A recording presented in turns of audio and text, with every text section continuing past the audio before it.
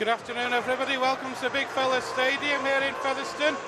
It's the final round of the Kingston Press Championship regular season, and what an occasion this is for you folks. Featherstone Rovers against Bradford Bulls. 5th v 4th in the league in a winner-takes-all match to decide who takes that final spot in the top 4. The teams are in, so I'll give you a rundown of the team news for you. Starting off first of all with the Bradford Bulls, and number 39 is Kieran Moss, number 2 is Amari Caro, 15 is Matty Blythe, 4 is Chris Wellham, and number 29 is Ethan Ryan. In the halfbacks, the number 40 is Lewis Charnock, and number 7 is Dane Chisholm. In the front row, number 10 is Adam Sidlow, Hill partner number 25 Ben Cavanagh, and in between those two, number 13 is Danny Addy. In the second row this afternoon is number 28 Kurt Haggerty, and number 23 is Alex Miller, and the loose forward is number 12 Dale Ferguson. On the bench for the Bulls this afternoon is number 11 Tom Holbison, number 14 is Jay Pitts, number 41 is Joe Philbin, and number 42 is Stuart Howard. And the Featherstone Rovers now, one change from last time out. See Bradley Tagg got to the bench, Luke Cooper misses out, and in comes Luke Briscoe, which means that Missy Talapapa moves back into his more favoured position, shall we say, of the centres. Other than that, Rovers are unchanged from last week. So at full back is number 15 Ian Hartman, number 37 is Ashton Golding, number 3 is Michael Channing, number 4 Missy Talapapa, and number 29 is Luke Briscoe. In the halves is number 6 Kyle Briggs, and number 7 Anthony Thackeray. In the front row, and number 10 Andy Bostock, number 32 is Jordan Baldwinson. And in between those two, number 23 is Andy Ellis. In the second row is number 11, Steve Snitch. And number 12 is John Davies. And the loose forward is number 17, Jack Ormondroyd. On the bench for Rovers this afternoon, and number 8, Darryl Griffin. Number 21 is Bradley Tagg. Number 13 is Tim Spears. And number 38 is Anthony Mullally. And today's match referee is Mr. Ben Thaler. Double company this afternoon. It's the double trouble with the two Joes. Come to young Joe this afternoon. Good afternoon. Good afternoon, Ben. What an occasion this is, first of all. Talk about an occasion, mate. Look how many have turned up to see it. Your thoughts on the team news, please? Well, you look at the Featherstone side, and we've got the two Leeds lads in that back line. That could be crucial for us. Ashton Golding and Luke Briscoe in the team. That means Michael Channing and Talapapa are able to take those spots in the centre. Talapapa is a huge strike weapon for us in the centre, very much a focal point of his side of the pitch. We can really play around him. I think he could be a real asset today. And looking down that Bulls team, a lot of strength in that Bradford team. Where do you see the threats coming? Well, if Featherstone are going to come out on top today, they have got to win the battle in the pack, and that is going to be a tough ask, Ben. You look at the likes of Dale Ferguson, Kurt Haggerty, Adam Sidlow, class players who are more than capable of outmuscling any team in this division. Featherstone need to get on top, and they need to do that from the off. Good afternoon, Joanne. Good afternoon, Ben. I was thinking last night about the progression the Rovers have made.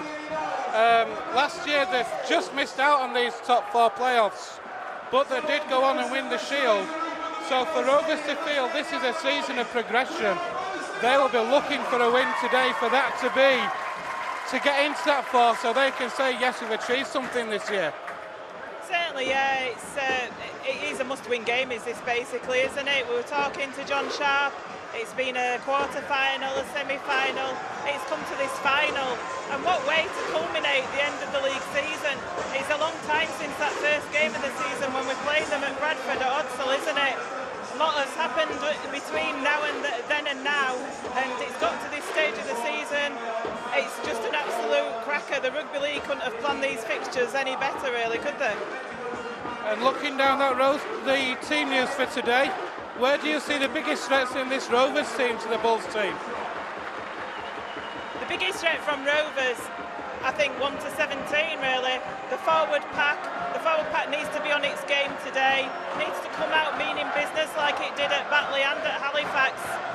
What we need, if we get that first set of 6, good set of 6, and get it into touch like we did do in those previous 2 games, that set the platform up and puts the other team on the back foot. We do believe that we will be playing down the slope towards Post Office Road in this first half, so there's every opportunity for them to do that. And the other thing is Thackeray and Briggs at half-back partnership. That's another one where it's going to be the threat to Bradford. Just at the moment, we're just looking, it's going to be Brendan Tutor, Featherstone Rovers legend. We had him in the clubhouse here on Friday night. It was an honour and a privilege to interview him. He's come here to the game today. He was going to go to Castleford and Wakefield, but I think quite a few Featherstone Rovers fans persuaded him to come today on this big occasion, and he's going to be leading the Featherstone Rovers team out today, so absolutely massive game for him to come to as well. And gentlemen, we have a special guest here at the Big Fella Stadium this afternoon. You might remember him playing here at the Big Fella Stadium between 1990 and 1995. Ladies and gentlemen, I want you to give him a massive welcome back to Post Office Road. Put your hands together for Brendan Tutor. Come on out here, Brendan.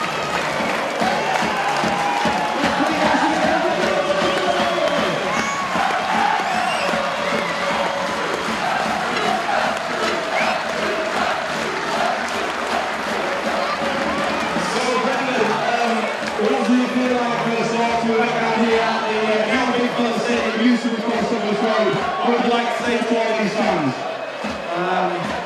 hey, it's all gone, and good luck for the boys today. So Brendan, I'm sure you can agree, it's been a big change in the field down here at the Big Fella Stadium with these new stands since you were down here last. What would you say to them when you've done this for the Bulls down here? And again, what would you say to the Bulls I thought it's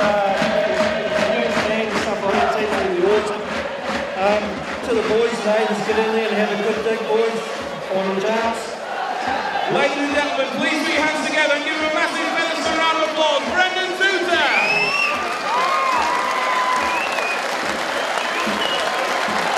Indeed it is, and look, thinking back to the first game of the season, Joe, that defeat at Bradford was the first game of the season, such a long time ago now. How do you feel that Rovers have developed as a team since that opening match? Well, it's not just been a straight progression for this team if you look at it, Ben. They were a quality side back then, and there's been plenty of peaks and troughs over that time. Most recently though, when we had that drop in form, it's been crucial to see the resilience of this side. We've regained that character we had, and most importantly, the togetherness that this team has.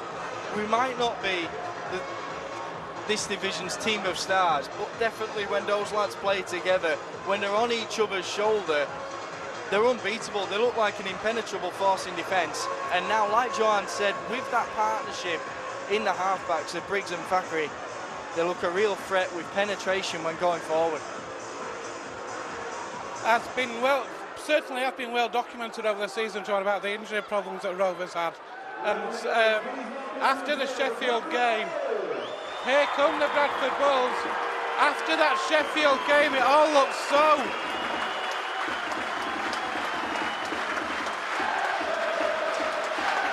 After that Sheffield game, Joanne, it did look all almost doom and gloom for Rovers.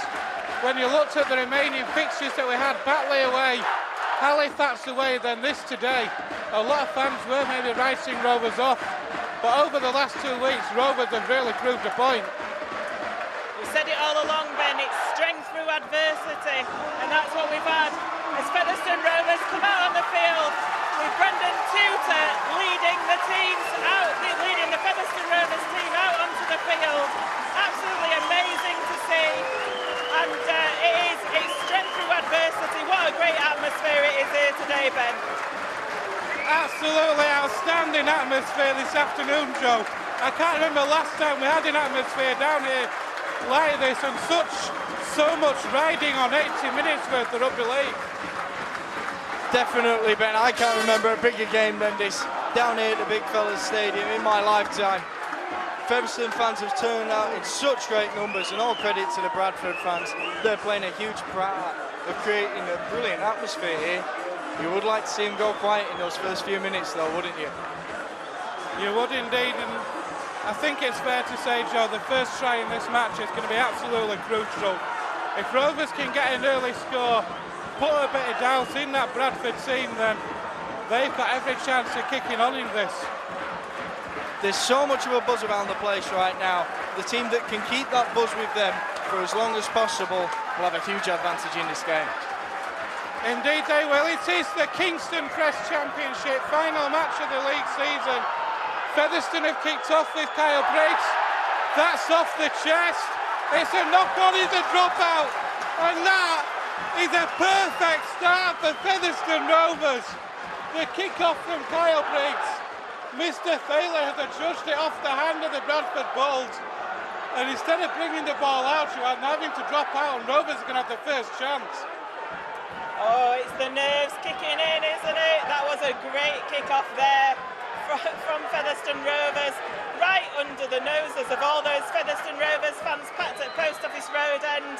And here comes the dropout. It's stuffed along the floor, makes it up to the 40-metre. Ian Hardman lets it go past him, lost a bit of ground there, but he collects it, brings it up. Featherstone 45 metres out from their own line. Hardman's going to play it to Andy Ellis. Takes it to Jordan Baldwinson, who drives the ball in. 35 metres away now. This is what we were saying about having this good set of six to start off the game, wasn't it? Andy Ellis takes it up, shows it, goes to Thackeray, comes inside to Snitch. Snitch breaks the first tackle. Snitch is up to 15 metres away from the line, and plays the ball now to Andy Ellis. Andy Ellis to Andy Bostock, to Briggs, to John Davis. That was a great tackle there from Bradford. Great tackle that came in there from Kurt Haggerty. We know his dad was a hard man. That was a good tackle there. John Davis lost the ball.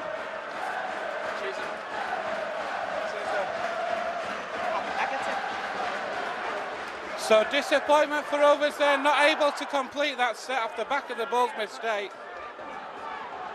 But so it's going to be a scrum down head and feed on the Bulls' 10, which Lewis Charnock will put in.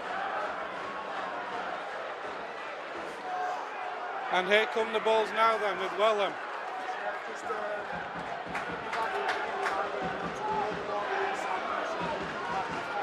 The Bulls are working it out wide. That's a high tackle from Rovers. Rovers can't afford to be doing things like this. On this second tackle, it started off a bit between Danny Addy and Andy Bostock. Mr. Thaler, a top-class referee, a Super League referee, and we had a Super League referee last week. That's a great touch finder from the Bulls. They're going to start in the Rovers half. If last week was important, this week's even more important. Here come the Bulls now then, a big defensive set for Rovers.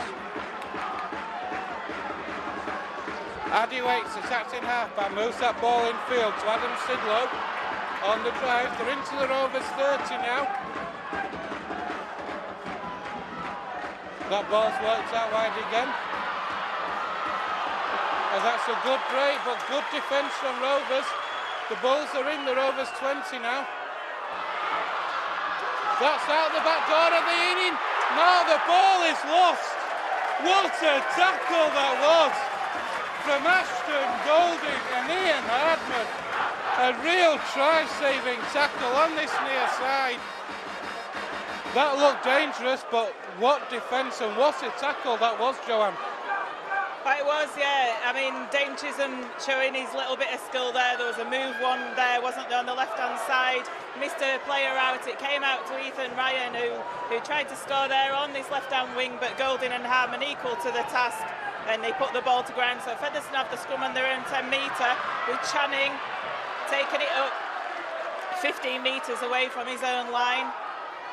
Featherstone need to just steady the nerves a little bit here. There will be nerves out there. I mean, we're all nervous, so the players must be as well.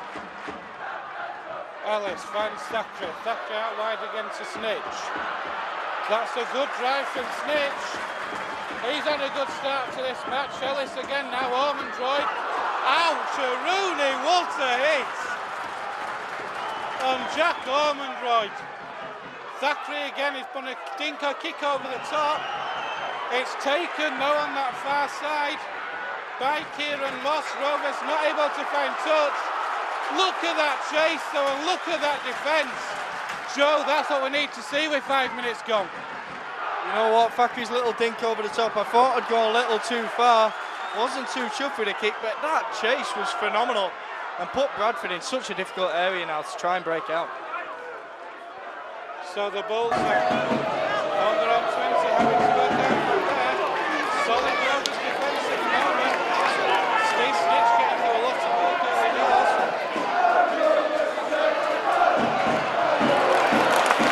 Great defence from Rovers. The Bulls are barely outside their own 30.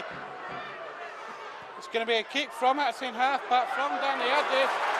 Taken on the full by Ian Hardman with 15 metres to run into. That's a great take, Joe, and a great return. Fantastic kick and returned it well. Got us into a central position. We can go both ways. It splits the Bradford defence. And some real gumption from Golding there to take it up the middle, right up against Dale Ferguson, who's been showing his nastiness early on. Indeed, and here are Rovers now inside the Bulls half to go. An untidy play the ball, to say the least. Ellis now though. And Rovers 35 out. Centre field. Bostock on the charge again. Rovers on the last tackle, just outside the Bulls 20 now. It's with Kyle Briggs. He's going to put it in the air. Golding chasing, Channing chasing.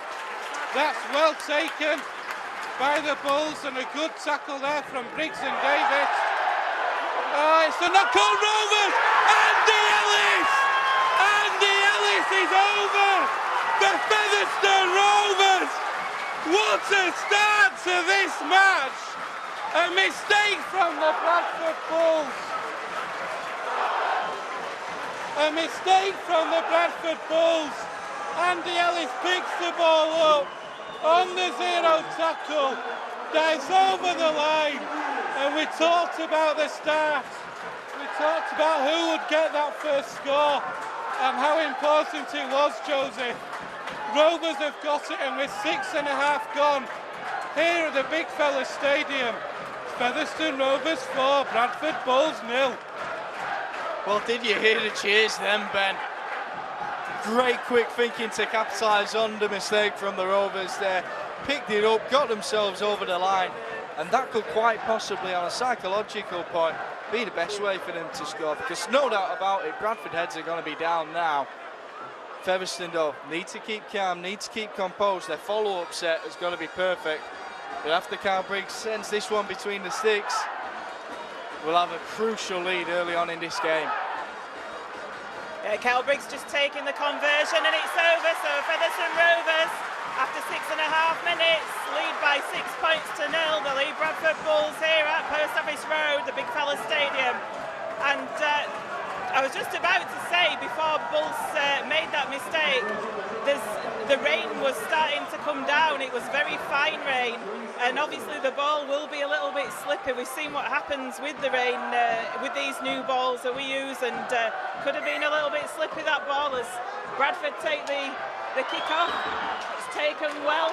Jordan Baldwinson drives it forward, and he makes a few extra metres there by pumping his legs up to that 20-metre line. Play to Andy Ellis, who then takes it to Jack Ormondroyd, who offloads the ball. Oh, the referee's given a penalty because it was stolen in the tackle, and it could have even been a throw there. Jack Ormondroyd doesn't look in a good way on the floor from that tackle. It was a nasty throw. So let's hope that Jack gets up. He's hurt the base of his back, so he's patting to the physiotherapist who's gone out there to tend to him. We don't want to be losing Jack Ormonroyd at this stage of the game because he started well, as have all the forwards for Featherstone Rovers. Looks to be getting up on his feet, so should be okay. I think it's just a bang to the base of his back, but the penalty will go to Featherstone, and Kyle Briggs will put this into touch from the Featherstone Rovers 30-metre line. We talked about completing the first set from the try, Joe. There's only one thing better than a completed set as Kyle Briggs finds touch, and that's a penalty in that set and a repeat set, which piggybacks you into the Bulls half. And here's Talapapa now. Rovers 35 metres out, 10 in from touch. Here goes Andy Bostock. Into the 30 goes Andy Bostock. Plays the ball to Ellis, snitches the dummy runner. Thackeray now to Hardman. Hardman over on that far side, but good defence from the Bulls on that occasion. It's Matty Blythe. Thackeray, Baldwinson now. Gets Rovers up to the 10, centre field. Rovers go left again, Thackeray. Thackeray's inches short there. It's the last tackle, so Briggs has got the ball. Puts the crossfield kick in for Golding. It's come off, is it another knock-on? It's another knock-on for the Bradford Bulls. It's Ethan Ryan who's knocked on. Again, that's the second time the Bulls have knocked on. Last time Rovers scored from it. Can they do the same again, Joe? You've got to send the ball short side on this scrum immediately. Ethan Ryan is going to be feeling horrendous right now. He does not want a man running at him. The rain is starting to come down more and more. Ball handling conditions are going to be awful. Fev needs to take advantage, and they need to do it now, Ben. Yeah, the rain's absolutely tipping down here at Featherstone. Brolly's going up behind the sticks. The ball comes out of the scrum to Thackeray. Hardman drives it in, 8 metres short from that. But Bradford Bulls line, even 5 metres short by the time he's put down. Andy Ellis goes to the right, goes to Tim Spears. Tim Spears is on the field as Ormonroyd's had to come off. It goes over to Thackeray. As we were saying, this ball is really slippy. Not the best of passes to Thackeray from Andy Ellis. He goes over to Thackeray to apologise. It was a little bit high, and in these conditions you need to be having that pass in the breadbasket, really, don't you? Disappointment for Rovers there, and what looked a promising set. Rovers obviously weren't in the same mindset as Joe away to my right here. The ball put down by Thackeray, but Rovers have turned it over in the Bulls 10, forcing the Bulls to come from deep. And here goes Matty Blythe. Rovers can just keep the discipline though. We've got 11 minutes gone here at the Big Fellas Stadium. That's great defence. Outstanding defence here from the Rovers. The Bulls attacking the short side. With Kurt Haggerty now. Addy, no it's not, it's Chris Wellham, sorry. Now Danny Addy moves in. He moves it in, and here we'll find Dane Chisholm. That's a superb kick from Chisholm. Forces Luke Briscoe to have to retreat. And he retreats, he does, and he does well. Rovers starting on their own 20. Here's Ian Hardman now. He's getting through a lot of work at the minute.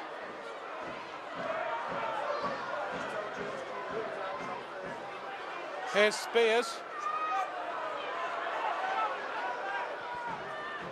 Jack Ormonroyd is just gone down to the changing rooms for some attention. He looks to have banged the base of his right back, so hopefully we will see him back again. That's a loss for Rovers as Kyle Briggs puts a kick in from halfway. It's bounced awkwardly though, Ryan has to retrieve it. What a tackle that was by John Davies and Andy Bostock. And Ethan Ryan has had a really tough start to this match, Joanne. Well, he has, hasn't he? John Davies got him round the shoulders there and just swung him round. And And it's good to see defence like that. This is what we need to. We need to be in Bradford's faces in order to force the error. It's not great conditions out there. Charnock puts the kick in. It's going to go dead, is that kick, I think? Oh, it's held up. That's a brilliant kick by Charnock. Hardman does brilliantly. And that's a penalty now. Because Hardman tried to get out, but the referee has given a penalty for offside against Bradford. The kick was great from Charnock, and Bradford chased it down, but they chased it down from an offside position.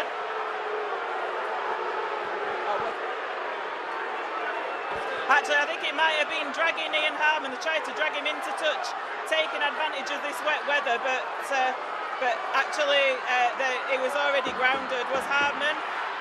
So Talapapa takes it in. Featherstone 20 metres away from their own line, so they're having to do it tough, bringing it out with Steve Snitch. Snitch then plays the ball to Ellis. Ellis with a scoot himself, makes about 10 metres. There's Talapapa, that's a great drive.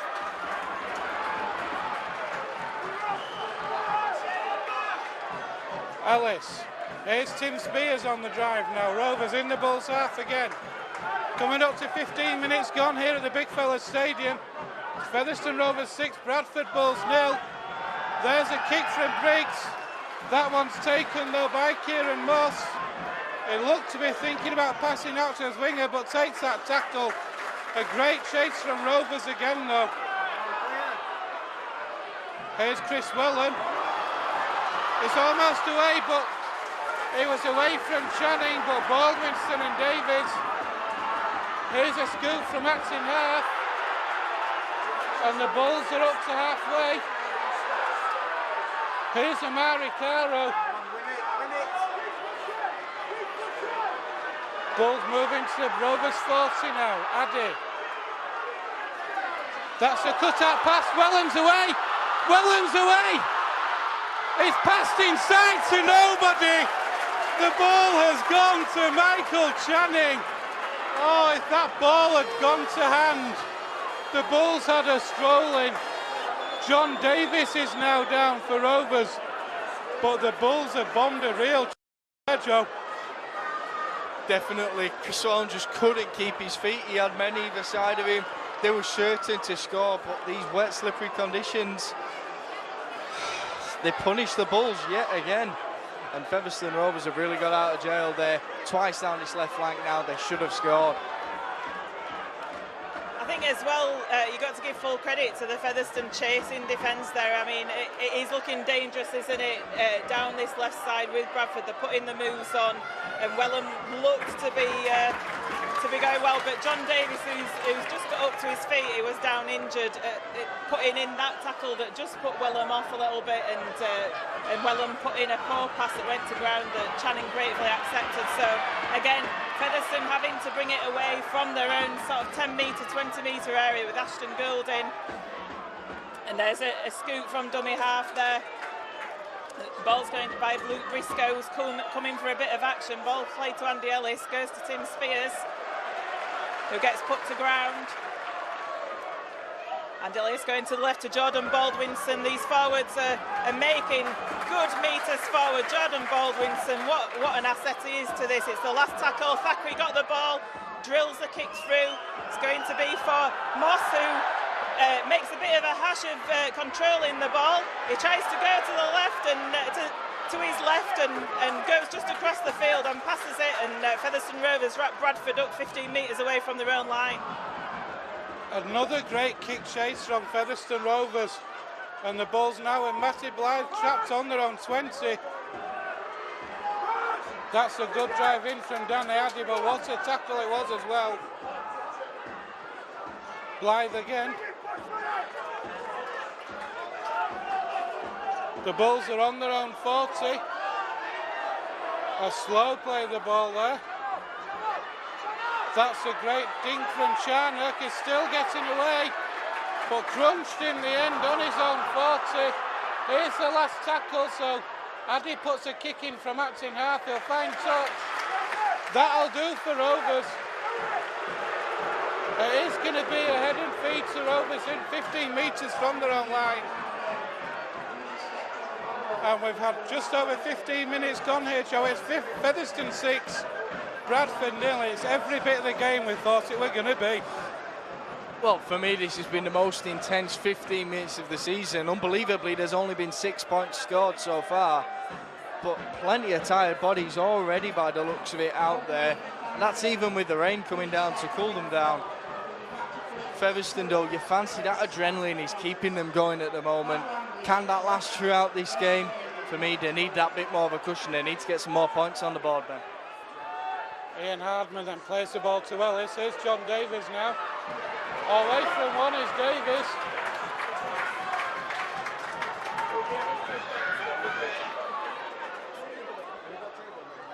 Ellis. Here's Talapapa. Tries to spin in the tackle, but is held up just outside the Rovers 40. Eventually plays the ball. Briggs. Dinks one. Still going Briggs. Well played. That is outstanding effort from Ethan Ryan. Does so well to take that ball after the dink there from Kyle Briggs. Kyle Briggs has been penalised for the kick. In trying to kick the ball on, he did catch Ethan Ryan. So it is going to be an opportunity for the Bulls. Addy's going to find touch. They're going to have a set in the Rovers 40. Addy takes that tap. And there's the first strike from Haggerty's going now from acting halfback. Makes 10 metres. Rovers slow to react there.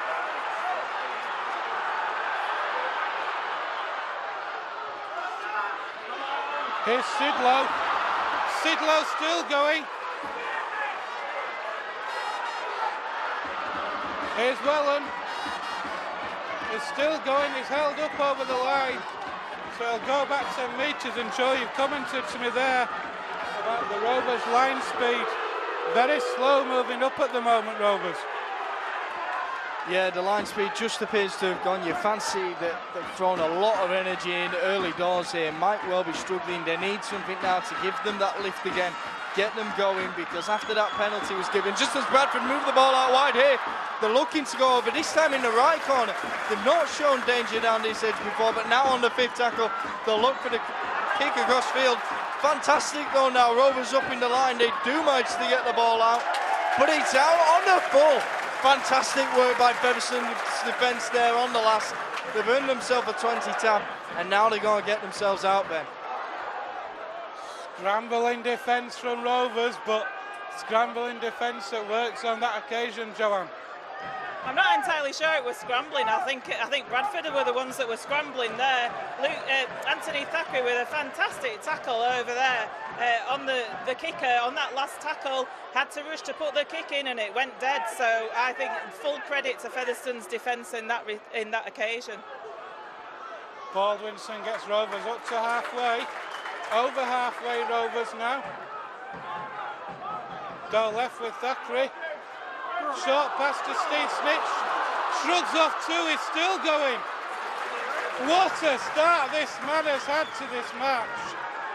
Thackeray now. Briggs. He'll dink one for the corner. It's behind Ethan Ryan.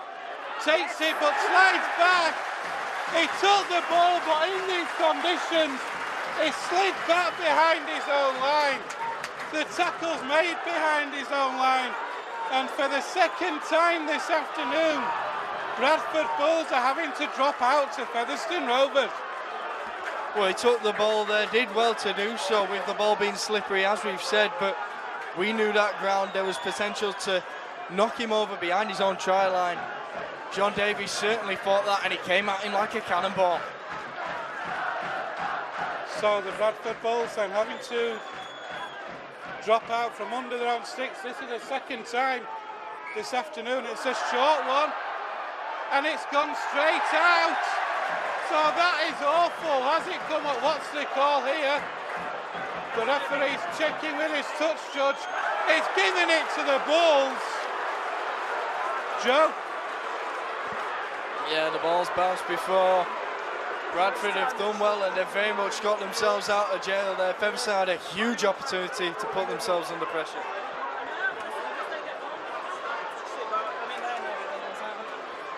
Yeah, because if the ball had gone out, the Bradford player was trying to collect it, then he didn't need to, and he was at great risk of actually giving a head and feed to Featherstone. But as it happens, Bradford have got this head and feed, so good kick-off in by all accounts. It was a risky one, because if Featherstone had have collected it with Luke Briscoe, we'd have been only 10 metres away from the Bradford line. As it is, Bradford are taking it up the field to the 40-metre line. We're going to see Griffin and Mullally shortly. In the meantime, though, here are the Bulls. Still, they're on halfway now. Davis, Spears and Baldwinson in that tackle. It's a little step away there from Chisholm. Gets the ball away to Addy. There's a penalty for Featherstone. Yeah, passed off the floor there, did Bradford. He was elbow was grounded on the floor. Well spotted. Ben Thaler is giving the penalty to Featherstone. Featherstone are 35 metres away from their own line. So 23 minutes gone in this first half. It's Featherstone Rovers 6, Bradford Bulls 0. Kyle Briggs is going to put this ball into touch as we see Anthony Mullally and Darryl Griffin coming on the field. Bradley Bostock and Jordan Baldwinson. What a stint they've put in this first 23 minutes. So Featherstone are going to have this tap on the Bradford Bulls 40-metre line with Missy Talapapa, who drives it in himself, takes it up to 30 metres away from the Featherstone line. Ball's played to Andy Ellis, goes to Thackeray. Thackeray puts it up to Darryl Griffin, first touch of the ball for him. Griffin plays the ball now to Ellis. Ellis shows and goes, 10 metres away, he just gets caught. Did a little half break, did cheeky Andy Ellis. So Briggs plays the ball, it goes to Mullally, who goes forward. A few metres, he's trying to quick play the ball. Surely that's a penalty, ref, but it's not. They intercept. They try to do an intercept there to Bradford, they touch the ball. It's actually a free play at the moment. Ashton Golding's got it. Ashton Golding plays the ball 15 metres out. The referees wipe the tackle count. Mullally again drives it forward. He's a big lad, is Anthony Mullally. 10 metres away. Goes over to the left with Thackeray. Thackeray shots and goes! Thackeray is over! Thackeray is over that line! Featherstone Rovers has scored a second try through Anthony Thackeray.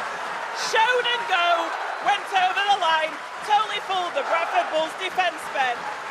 Anthony Thackeray, take a bow. An absolutely beautiful show and go. The ball swung out to the left. A beautiful show and go from Thackeray. And with 15 minutes left in the first half, Joe, Featherstone Rovers 10, Bradford 0, with a kick to come, and Rovers are in dreamland. Well, great half-back play.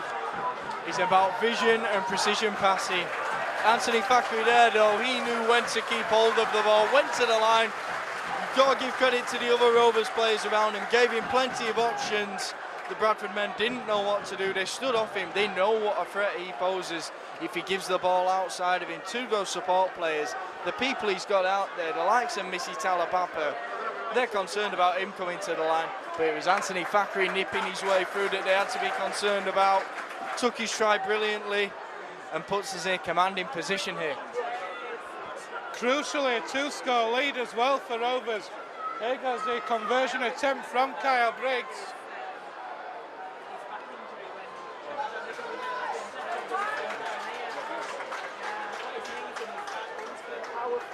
So Kyle Briggs, here we go. He's missed with the conversion, so the try is not converted. But with 15 minutes left here in the first half at the Big Fella Stadium, Joanne, Rovers are in control. Featherstone Rovers 10, Bradford Bulls 0. They are in control at the minute. They're bossing this game, which is what they did against Batley and Halifax. They bossed this game, didn't they? And that's what we've got to do. We are playing down this slope at the moment, so the more points we can put on the board, the better.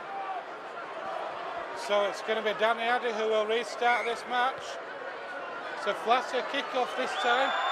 Ian Hardman, as you would expect, safe as houses. Here goes Mullally. It's a good drive in from Anthony Mullally. So Rovers then working out from their own 30-metre area now. Ellis finds Spears. Spears drives that ball in. Rovers 35 metres out centre field. Briggs finds Davis. Davis comes back inside. Tries to dance through, and Rovers are just shy of halfway now. Here's Tim Spears. Spears, what a tackle that was from the Bradford Bulls. Zachary again. He dinks one through. He's going to find touch. Joe, when you score a set, we talk about backing up with a clean set from the kick-off. From a Featherstone Rovers point of view, that was perfection. Fantastic game management from Anthony Thackeray there. Gives them some time to gather their thoughts, and we know how fantastic the defence has been when we've been up in that Bradford danger zone, putting them under pressure. It's how we scored that first try. But we'll be looking to put them under pressure yet again here. So it's a scrum down, head and feet to the Bulls, 15 metres from their own line. Referee says we've got to reset that scrum, but a perfect way to back up a try, that, Joanne. Yeah, that's what we were saying. Perfect set of 6. Anthony Thackeray putting it into touch, making Bradford bring it out from deep within their own half.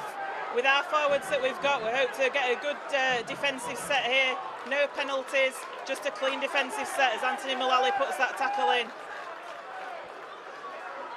So here are the Bulls then. They've brought on Joe Philbin, but he's run straight at Anthony Mullally, and I wouldn't want to do that. An inside pass. Oh, that's great defence from Rovers. Griffin, the reading of the game there was superb. Here's Addy now. Here's the last tackle. And here is Dane Chisholm. Puts that ball in the air. Ian Hardman not a bit interested in that. That's a shocker of a kick from Chisholm. Far too deep, and it just bounces in touching goal. And Rovers have time just to steady themselves, compose themselves, where the chat restarts on the 20. I don't know if we need to compose ourselves at the moment. We're looking pretty good for our money, aren't we? And that kick from Dane Chisholm, maybe not used to the short in-goal areas of a pitch like Featherstone Rovers. Far too long was that kick. He put it up in the air and it went fully 45 metres. Perhaps he's not used to an in-goal that doesn't slope up at the back either. Yeah, in the corners particularly. But there we have it. Bradford, by comparison, way off Featherstone Rovers' kicking game, and in a match like this where it is tight, that territorial battle can be won and lost with the kicking game. Off the back of that, here's Kyle Briggs showing Chisholm how to do it. That's much better. Hardman takes it, offloads it. Now it's been knocked on by Briggs. So it is the turnover on the last tackle. But Kyle Briggs there showing Dane Chisholm how to do it, Joe. Definitely, you could feel the tension as that bomb was hoisted into the air. No Bradford players wanted to take that, and sure enough, Ian Hardman was the one to get to it. They broke down his short left side though. It's Dane Chisholm. He was looking dangerous, but great recovery from John Davis to haul him to the ground. They take it inside now. It's Wellham going forward with the ball. Bradford looking to spring something on Rovers now, entering the final 10 minutes. Ball's worked out to that far side now. But again, still great defence from the Rovers. Blythe now. Offloads. Chisholm again. The Bulls are standing. This is superb defence from Featherstone Rovers. Chisholm is slow to get to his feet. Very slow. He's staying down, in fact, Joanne. Yeah, he was wrapped up ball and all, was Chisholm there, weren't he? Certainly know he's in a game this afternoon down at Featherstone Rovers. But credit where credit's due. This Featherstone Rovers defence, Joe, swarming round the Bulls, and the Bulls, when Dane Chisholm picked that ball up, he had no idea what he was going to do due to the way the Rovers defence had moved up on him so quickly and also cut off his options. Well, 10 minutes or so ago, we eased off just for a short spell and Bradford were looking to edge their way into the game more and more. Fed, though, you've got to pay credit to them. They've picked themselves back up. They're gaining up ferociously as a line. You've got to think the impact of the substitutions may have been significant, though, but Bradford are coming forward. Their options are limited, and Golding there did well to see the ball out. And it's going to be a tap on the 20. The kicking game just not coming up trumps for Bradford today. Not at all. Featherstone are winning. Featherstone are certainly winning the kicking game at the minute, as Luke Briscoe makes great 10 metres. Quick play the ball to Ellis. There's another 15. That is superb play from Featherstone Rovers. And within 2 tackles of that 20 restart, 3 tackles of 5 metres in the Bulls' half. Make that 10 metres in the Bulls' half. Ellis. Here's Mullally now. This is superb. Mullally gets Rovers to the 20. They're only on the 4th tackle. Thackeray kicks early for the corner. That will do very nicely. What a superb set. And Joanne, we talk about who Rovers could be facing in the middle eights if we get there. That set from Featherstone Rovers was as good as anything you'll see in those middle eights. Oh, it was fantastic. The way that they steamrolled over the Bradford Bulls there, right from the 20-metre line, the Featherstone Rovers 20-metre line, in 4 tackles. Anthony Thackeray kicked on the 4th there. We've come forced to drop out. Amazing play from Featherstone. So pleased to see it. Danny Addy's coming off for the Bulls, Joe. Yeah, Jay Pitt's looking to make an impact, and boy did they need it, but Danny Addy, he'd be one of the men who'd look to call upon at a time like this, and they'll struggle. John Davis has also come off for Rovers. Didn't see who's come off. Here's Luke Briscoe now. Didn't see it. Brad Tagg who's on. Here goes Mullally again. This guy is an absolute monster of a player. Gets Rovers up to the 20, and he's still going. An untidy play the ball. Here's Briggs now. Briggs spins out to the tackle. Rovers 10 metres away. 10 to the right to the sticks. Tag now finds Darryl Griffin. How Rovers would love another try here. Thackeray snitch! He's down! Steve Snitch is over! The Featherstone Rovers! A superb effort from Steve Snitch. And I'll tell you something, Joanne. If for me in this first half, if there is one player who deserves a try for his efforts in this first half, it's Steve Snitch.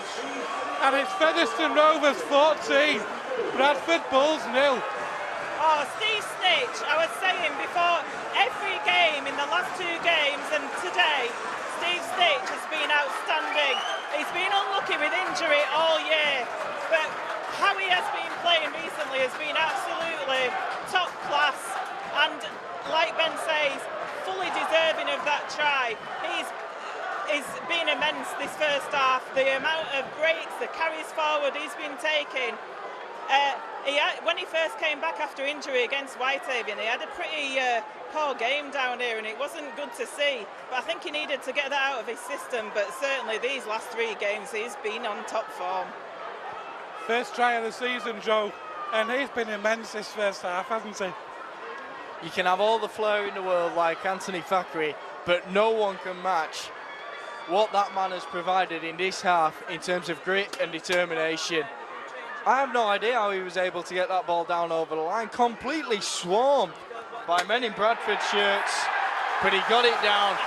Kyle Briggs now sends that one between the uprights, adds 2 points, and extends Featherstone's lead even further. It's been a phenomenal performance by the entire side. Steve Snitch, how impressive has he been this half? Words can't describe. Guys, you've probably heard, you don't need me or anybody else to tell you, the try has been converted by Kyle Briggs. And we've got 5 minutes, 6 minutes left now to half-time. I think the big message now, Joe, for me, don't concede in this last 6 minutes. And if we can get another try, all the better. Well, ultimately, whatever we do, we just need to make sure we go into half-time on top and just keep Bradford's mindset the way it is at the moment, because at the moment, they're taking a battering. We want them to go into half-time feeling that way. Here goes Ellis again.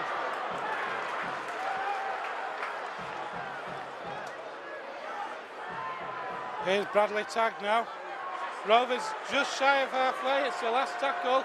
So it's Kyle Briggs, kick over the top. That's not a best kick this time, well taken by Ethan Ryan. So not the end to the set that Rovers wanted. Here's Wellham, he's away from Channing, he offloads. Here's Ethan Ryan.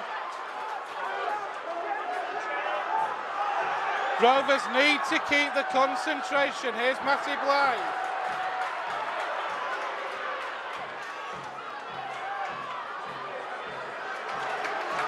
The Bulls are on the Rovers 40 now. Howarth moves it out wide. Come back inside here, that's a great break. But Rovers defence holding firm at the minute. There's a kick over the top. And that's going to bounce dead again. And Rovers, this is almost, if I said to you, Joanne, at 3 o'clock this afternoon, with just under 5 minutes left, Rovers would be 16-0 up and in complete control. I don't think you'd believe me, would you? I would, because I've had the Featherstone Rovers belief, the Fev belief, and that's a penalty to Featherstone for offside. So Featherstone going to take this from their own 40-metre line. Bradford just creeping offside there, and Mr. Thaler picked it up well. Kyle Briggs going to put the ball into touch. So Featherstone are going to have the tap 35 metres away from that Bradford line. Channing takes it forward, offloads to Tim Spears. Could have been a bit dodgy that, but he was fancying it. It was Michael Channing, and Tim Spears runs it into the middle of the field, 20 metres away, plays the ball to Griffin. Griffin takes it forward, looking for the offload, but he gets wrapped up, so he's 10 metres away from that Bradford Bulls line.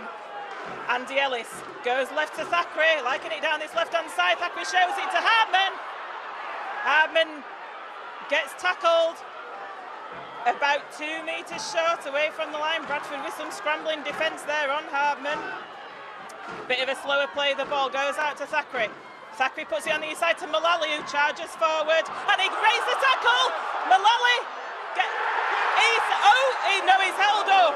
Oh, Featherstone Rovers fans behind those posts thought that Mullally was over. It would have been an amazing try, showing his full strength. I said he's a big boy, he certainly is. Showing his full strength there. Goes back to the 10-metre line to play the ball to Thackeray to Briggs. Briggs puts the kick in. It's knocked on by Dane Chisholm. Dane Chisholm knocks the ball on his own 10-metre line. Scrum to Featherstone, Ben. Oh, this just gets better and better and better. Dane Chisholm taking a turn and knocking on in his own 10-metre area. And with 2.5 minutes left, Joe, that was almost, again, a perfect set for Rovers. All they need to do now is control this, nothing silly. And if they can get a score, all the better, Joe. Definitely. I fancy they're taking it onto the inside again, which they are, but they did have a 2-on-1 if they could shift it quick to the outside. Ian Hardman, though, running that ball in hard. Anthony Thackeray is stood at the foot of the row. He shapes left, but then goes right, gives the ball to Griffin. Griffin keeping that leg drive, moving forward. Relentless up against this Bradford defence now. Ellis, he hops out, he's found the ball out to Spears. Spears does well to take that, it was put beyond him. Rovers lose a bit of momentum there, but here's Bradley Tagg to try and get it back. There's a penalty, and I'll tell you something, the Rovers fans are all around this stadium. It was Tom Holbison with the high tackle, and the whole of this 3/4 of the stadium have told Featherstone what to do. They are doing it, they're going to take the 2, And with 90 seconds left in this first half, this will stretch the lead out to 18 points to 0.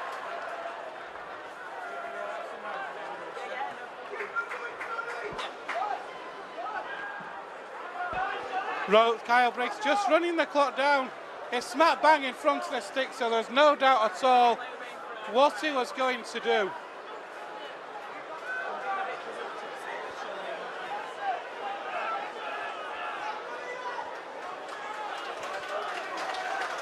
Time is called off.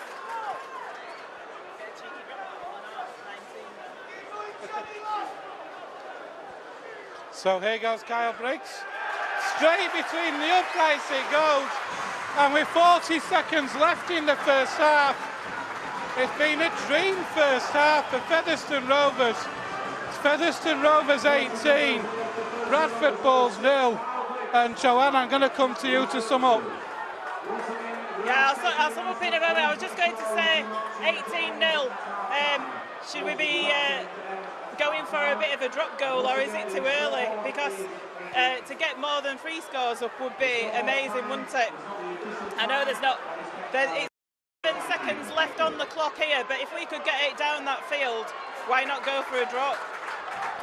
Why not indeed? Thackeray from acting halfback. Talapapa now.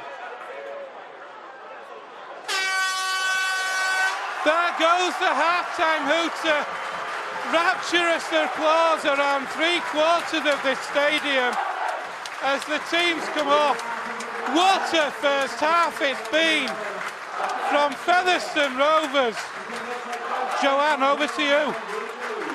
Can I just say how proud I am of this team? That performance in that first half, as you can hear, Featherstone Rovers crowd going absolutely bonkers here at the moment. That first half was pretty much perfect. John Sharp said they've got the game plan. Tim Spears said they've got the game plan this week when we interviewed them. And wow, we stuck to that game plan today. I know we were going down the slope and we're going up the slope in the second half, but Bradford Bulls will have to score those points. So I'll just give you a quick summary of what's happened in that first half. Dream start, 6 minutes, Andy Ellis with a little scoot, went over, scored that try, 4-0. Kyle Briggs got the conversion, and that made it 6-0 after 6 minutes. And then we had a period where Featherstone were just settling down into the game and stamping their authority. That was followed up then with a delightful try by Anthony Thackeray, using Steve Snitch on his outside as a foil. He showed and goed, and he got over that try line, did Anthony Thackeray, for that try.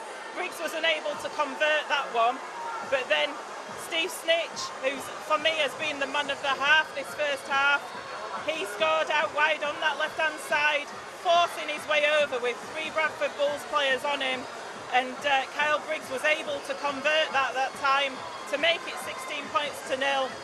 And then with a couple of minutes left, Bradford were penalised under the sticks. Kyle Briggs slotted the 2 over, so it's Featherstone Rovers 18, Bradford Bulls 0 at half-time here at the Big Fella Stadium at Post Office Road. Thank you for that, Joanne. What a first half it's been. Joseph, where do we start with that one? What a performance from Featherstone Rovers. An unbelievable performance, Ben. You could not have asked for more for that bunch of players. I think it's difficult for people to understand who don't support the Rovers like you. What a special little club this is. It's unlike any other. And players come, players go, but that feeling as a club remains. Players out on the park today, though, they've represented that club with pride. And what a performance, what a spectacle they've provided for us today. They've taken the ball forward with such enthusiasm. They've been unbelievable in defence. They've looked impenetrable when Bradford have been on our line, fighting to the last man. Let's not play any games. Bradford have shown some nice stuff when in the attacking third. They've looked to create things, and they've looked dangerous upon occasion. These are no mugs out there on the park up against Featherstone today. But we've recovered every time. Every time there's been an opportunity missed, someone's been there on their inside, making up the ground for them. You can't ask for anything more than that. And what ingenuity from Anthony Thackeray as well. We spoke about Steve Snitch, how great he's been. Anthony Thackeray, for me, deserves some serious credit too. And the other thing to mention as well, Joanne,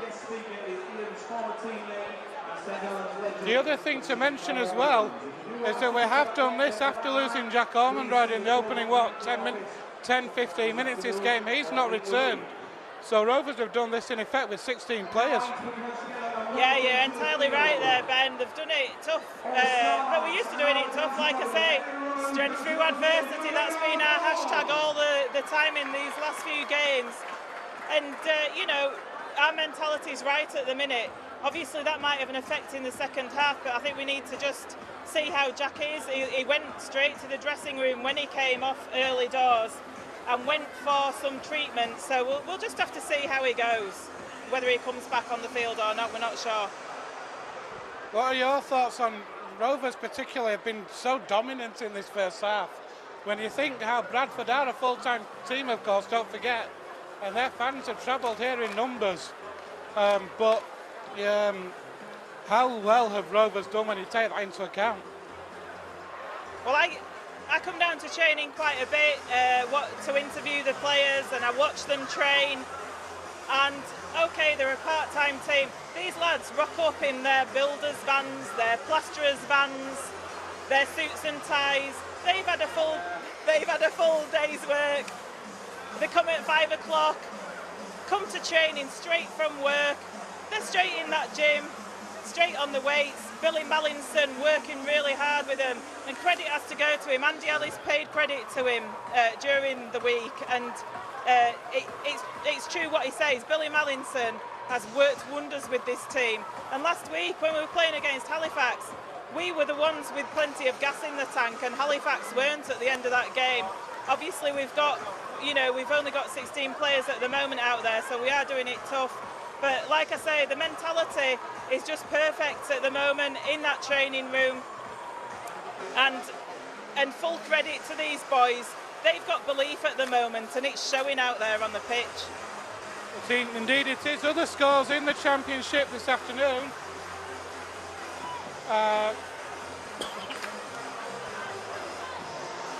Obviously Rovers 18-0 against Bradford.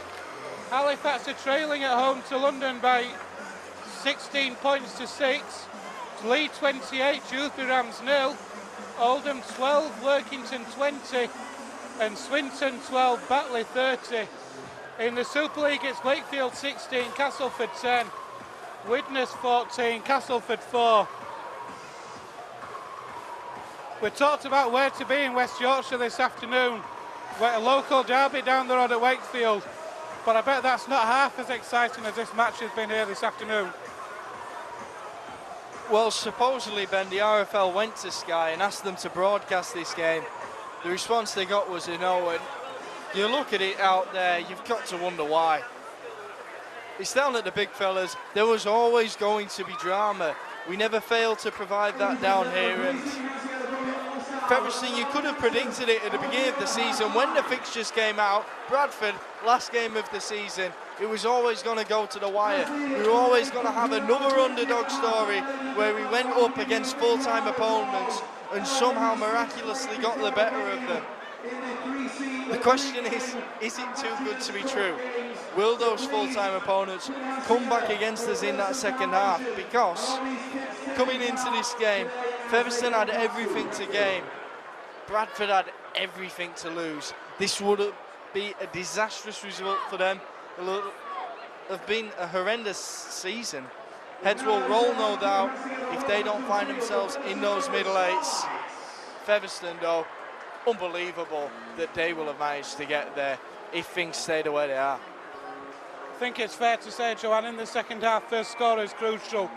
If Rovers can get the first points on the board, be it try, penalty, something like any points on the board first, you fancy they will stretch out, because that'll give them a 4-score lead. And yes, the Bulls are going down slow, but they will have a lot of work to do, and this Rovers defence so far has looked impenetrable. Certainly, yeah. Like you say, any score will do, just to put that more than sort of like they've got to score more than 3 times up there. That's really important, isn't it, that we do that? I'm sure that's the message that John Sharp will be saying to the team. It's just a matter of doing the same. Keep it going, lads. I mean, it'd be interesting to know what Rowan Smith is saying to Bradford Bulls at half-time. I think it will be a very different team talk to the one that John Sharp's having with our team. I think it will. So 3 tries in that first half for Rovers. And like I said to Joanjo, the loss of Jack Ormondroyd so early will have hit the Rovers' game plan. But how well they have adapted to that loss and shuffled the pack, and it's made no difference whatsoever to the performance on the pitch, has it? Definitely not, and it's unbelievable to say that because Jack Ormondroyd had been running forward so forcefully, causing so many problems for the Bradford Bulls in defence. Unfortunate to lose him, but the way the rest of the pack responded to that, they almost took themselves to another level to compensate for that. Absolutely superb from the rest of the lads out there, and it really sums up the kind of performance that this has been. We've said that a bit back, Featherstone were looking like they were playing as strangers again. Now they've got that togetherness back, they're fighting for each other. You get the feeling that they did after Jack Ormondroyd went off. You know someone will have yelled, "This is a big set for Jack, boys." And it looks like everyone since that has been a big set for Jack. It has indeed. The one thing Rovers have done very well,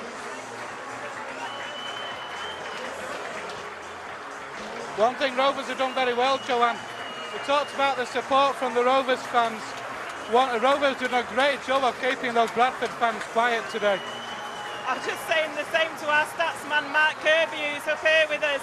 He's flown in specially from Las Palmas to be here with us today. We were just discussing the Bradford fans do seem a little bit stunned at the moment, stunned into silence. I'm sure that they'll get up behind the team for the second half, as any fans would do. The other thing I just wanted to mention while we're on the area at half-time, not entirely related to the game today, but it is Featherstone Rovers Foundation's 10th anniversary this year. We've just got, at the moment, we've got 4 under-12s rugby league teams, our ambassador clubs going round the pitch, including Featherstone Lions and Methley Warriors. We've also got our ever-increasing dance academy with ages ranging from 5 to 18 going round there, waving their pom-poms in their new outfits. And it's just great to see the inclusivity that Featherstone Rovers has at this ground, and the foundation does such a lot of good work, and please everybody carry on supporting it. Indeed, a great cause for the foundation and great support from the foundation for the club as well. The Bradford Bulls are back out on the field. We're just awaiting the return of your Featherstone Rovers. Here they come now, led out by Captain Tim Spears. And Joe alluded to it very quickly, Joseph. 2 very different team talks in that dressing room at half-time. John Sharp, it'll just be more of the same, please, boys, surely. Look at the way the players are jogging out now, Ben. You can see the confidence in them. The fact is, though, that they need to keep it like that in this half. Bradford score quickly, it's a completely different game. There's not that many points on the board. The difference isn't that huge. They've got doubt filling their mind now, and you can't let confidence slip in. Safe to say the first score in the second half is crucial. I said it to Joanne a couple of minutes ago. Any points for Rovers, be it try goal, drop goal, just some more points on the board before the Bulls, and you might see that doubt setting back in. Definitely. It's going to be huge from the start. We got the perfect start in the first half. Now, though, we're receiving the ball. We've got to completely set them. So here are Rovers, and it's going to be Ashton Golding with a scoop from acting half-back. Rovers playing up the slope away towards that Bulls end in this second half. Here goes Darryl Griffin.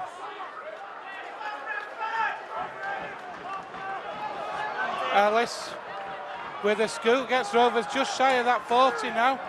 Matty Blythe in that tackle. Baldwinson back on for Rovers at the start of this second half. Thackeray, kick over the top, is it going to find touch? Yes, it is. Joanne Joseph asked for it. A good set to start the half, and we talked about game management in the first half. Again, that was perfect. That's exactly how we started, wasn't it? Against Batley and Halifax, and how we started this second half against Bradford. Drive up that first set of 6, driving up the field with the forwards, and then Anthony Thackeray putting a kick in. That will mean that Bradford have to bring it away from their own 10-metre line again. Now we've got a fantastic opportunity to pressure them though. Deep in the half, this is how we got the first try, Ben. Hammering Bradford as they try to break away from their own line. They're looking determined to break out, but that Featherstone defence again, he's up on them. Can't let them get away easy.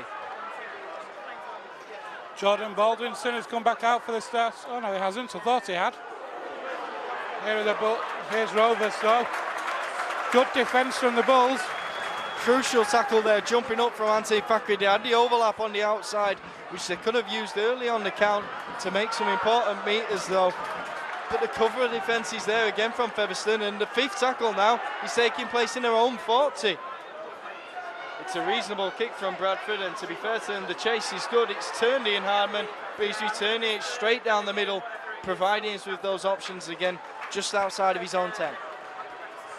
Crucially, Ian Hardman bringing that ball back into the centre of the field, giving Rovers options left and right. Here's Ashton Golding now.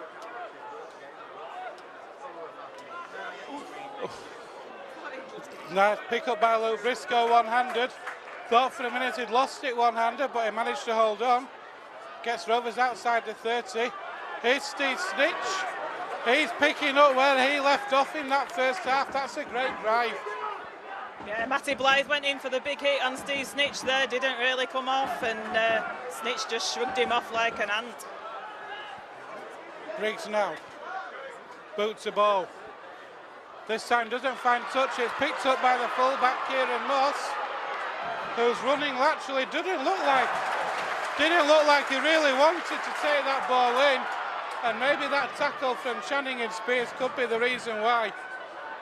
Here are the Bulls now with Chris Wellen.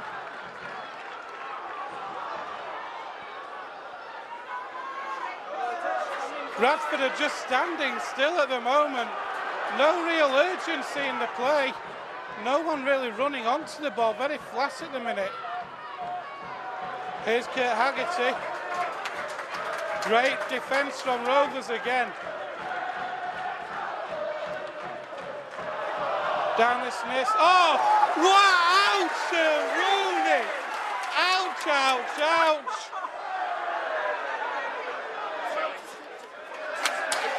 And that, oh my word, what a hit that was by Missy Talapapa. I felt that hit from here, Joseph. Well, you were saying the Bradford players didn't look like they wanted to take the ball in. Missy Talapapa certainly wanted the ball right there, but if you were receiving tackles like that every time you ran at the line, you wouldn't be wanting to take the ball in. Typical Talapapa though, earns us a penalty, carts us up the field, and we're going to have another opportunity to score yet again here. Surprisingly though, I think that's the first penalty of the day that Talapapa has earned.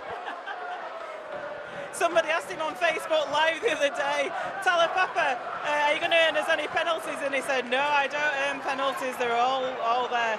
But, I mean, that tackle he did on Dane Chisholm there, we're like, come to daddy. Oh, I'll show you who's boss, mate. Ball goes to Mullally. Mullally takes it up, 20 metres away. He gets the ball away. It's gone to ground, though. Kyle Briggs gathers it, and it's a knock-on. Oh, what a shame there. Mullally tried to offload the ball on his own 20-metre line. It bobbled around, on the Bradford Bulls 20-metre line, sorry, it bobbled around, and Kyle Briggs unable to take it cleanly. So, unlucky there for Featherstone. Could have done with a few tackles up there, a few sets up there, but they didn't come off them. So, Bradford are going to have this set and feed on their own 20-metre line. So then the Bulls with a relieving scrum here. Here's Chris Wellen. But Rovers seem to have picked up where they left good off with 5 minutes gone, Joe. Well, they'll have gone into the dressing rooms buzzing and they've come out just the same. At the moment, Bradford aren't providing anything to change that, and it's always going to be difficult for them to do that when Featherstone are coming up at them like this. It's just a grueling task for the Bulls, and you don't see what they can do, Ben. So Chisholm moves that ball out wide, that's better, but Chris Wellham takes that pass awkwardly and loses all the momentum out to that play. Yeah, Channing did really well there, came out and took the ball, even though the pass got away, that meant that they were on the back foot with Bradford, and Goulding took it a little chip over there to Ashton Goulding, who takes it cleanly, picks it up on his own 10-metre line, runs it in, driven back a little, so he's 12 metres away from the Featherstone line. Ball goes to Thackeray, who passes it to Hardman. Hardman goes to Talapapa. Talapapa passes behind Luke Briscoe. Hardman picks it up though.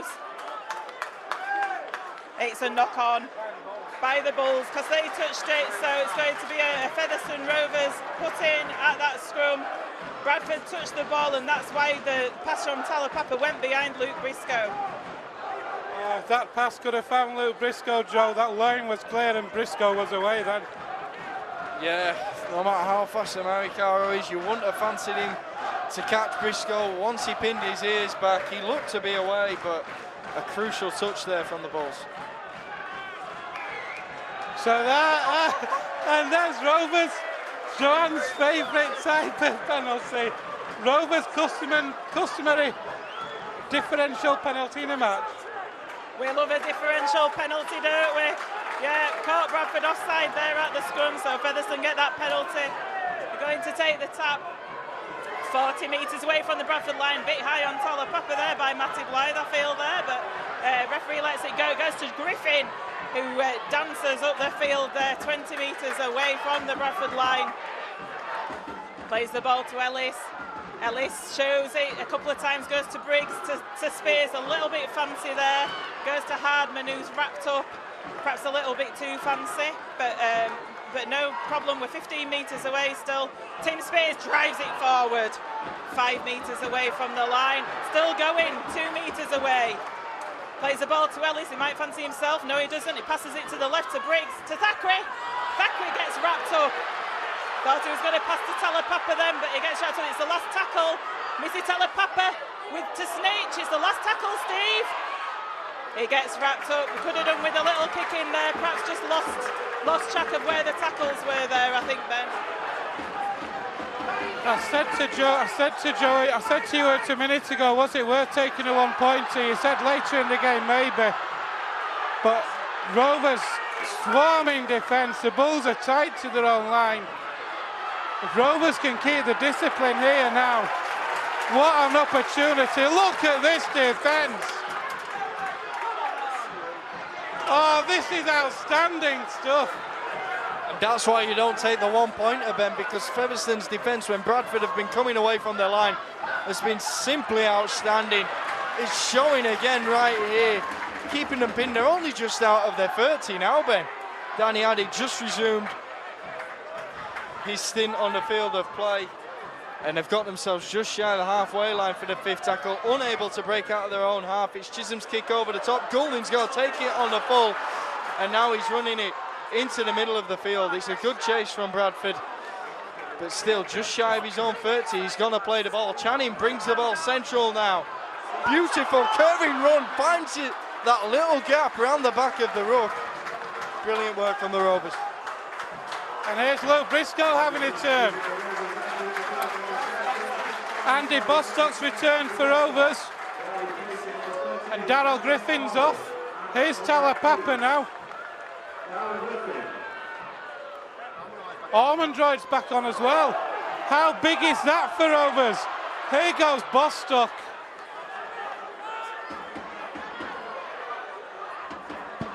Briggs puts that one in the air. Ryan underneath it. Well taken by Ethan Ryan. Oh, then the penalty's conceded by Rovers. Disappointment there at the end of that set to concede that penalty like that. But how big a boost, Joe, is it to get Jack Ormondroyd back on? Rather like Ormond Royd himself, absolutely massive.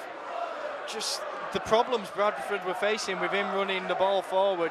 He's a man with so much energy, and you fancy that little spell of injury, he'll have had a decent rest. Well, let's hope so. Let's hope he's to full fitness. He has come on for Anthony Mullally, who hurt his hand in a tackle, or his elbow, his forearm, or something in a tackle earlier when he put that big hit in. So he's come off for a little bit of a rest as well, probably sensible play, and let's hope Ormond Royd's back to full fitness because we need him. So Bradford taking it up now, just over the halfway line, just taking it into the Featherstone 40 metre with Jay Pitts. So here are the Bulls. Wellham down that left-hand channel. A forward passes it. Rovers fans want it. What's a penalty for Rovers? Grounded the ball and passed it again, as in the first half. Is that the second time they've done that this afternoon, Joe? Yeah, it is.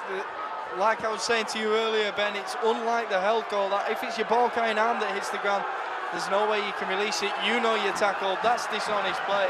It's a penalty to the Rovers, and they're going to get themselves in the ascendancy yet again here. Bradford just can't get a foothold in the game right now. Look at this support from Featherstone Rovers. Absolutely amazing support over on that far side. Here goes Tim Spears now. Yeah, we talked in the midweek about the 18th man. I know it's a cliche, but Featherstone Rovers fans have been the 18th man in these recent games. They've been spurring these boys on, really well. And as Featherstone Rovers take it into the Bradford half now with Andy Bostock. Couple of tackles left in this set of six. Goes out to Anthony Thackeray, passes it to Snitch out on this left-hand side, and he swats Charnock off as if he isn't there. And Thackeray goes on a show and go. He's found a bit of a gap. He takes it up to 20 metres away from his own line. It's the last tackle. Ball is played. It goes to Andy Ellis, who puts a kick in. It goes dead. Hard lines Andy Ellis. Not a bad kick there, but Bradford will have a 20-metre restart. Rovers will take that, will they, Joe? It's a reasonable enough end in terms of the area they came from to get to where they are, but previously, Featherstone's kicking game's been far superior to Bradford. We've been the ones looking to force dropouts. They've been the one giving away 20-metre restarts. You get the feeling we'll make up for it with the defence, though. So here are the Bulls. And Mauricaro plays the ball. Here's Blythe. The Bulls on their own 40-metre line. 15 minutes gone in this second half. Still, it's Featherstone Rovers 18. Bradford Bulls 0. So there's Chisholm, he dinks one over the top. The ball's been missed, Rovers have dropped on it. Everything is just coming off for Featherstone Rovers at the minute. Here's Channing now. He'll play the ball to Golding. Golding's going to have a little scoot himself, makes about 6 or 7 metres. Ormond Royd's coming into the line, he's going to take this drive. He'll get Rovers over halfway. So once again, Featherstone are in the Bradford half. Here's Bradley Tagg now.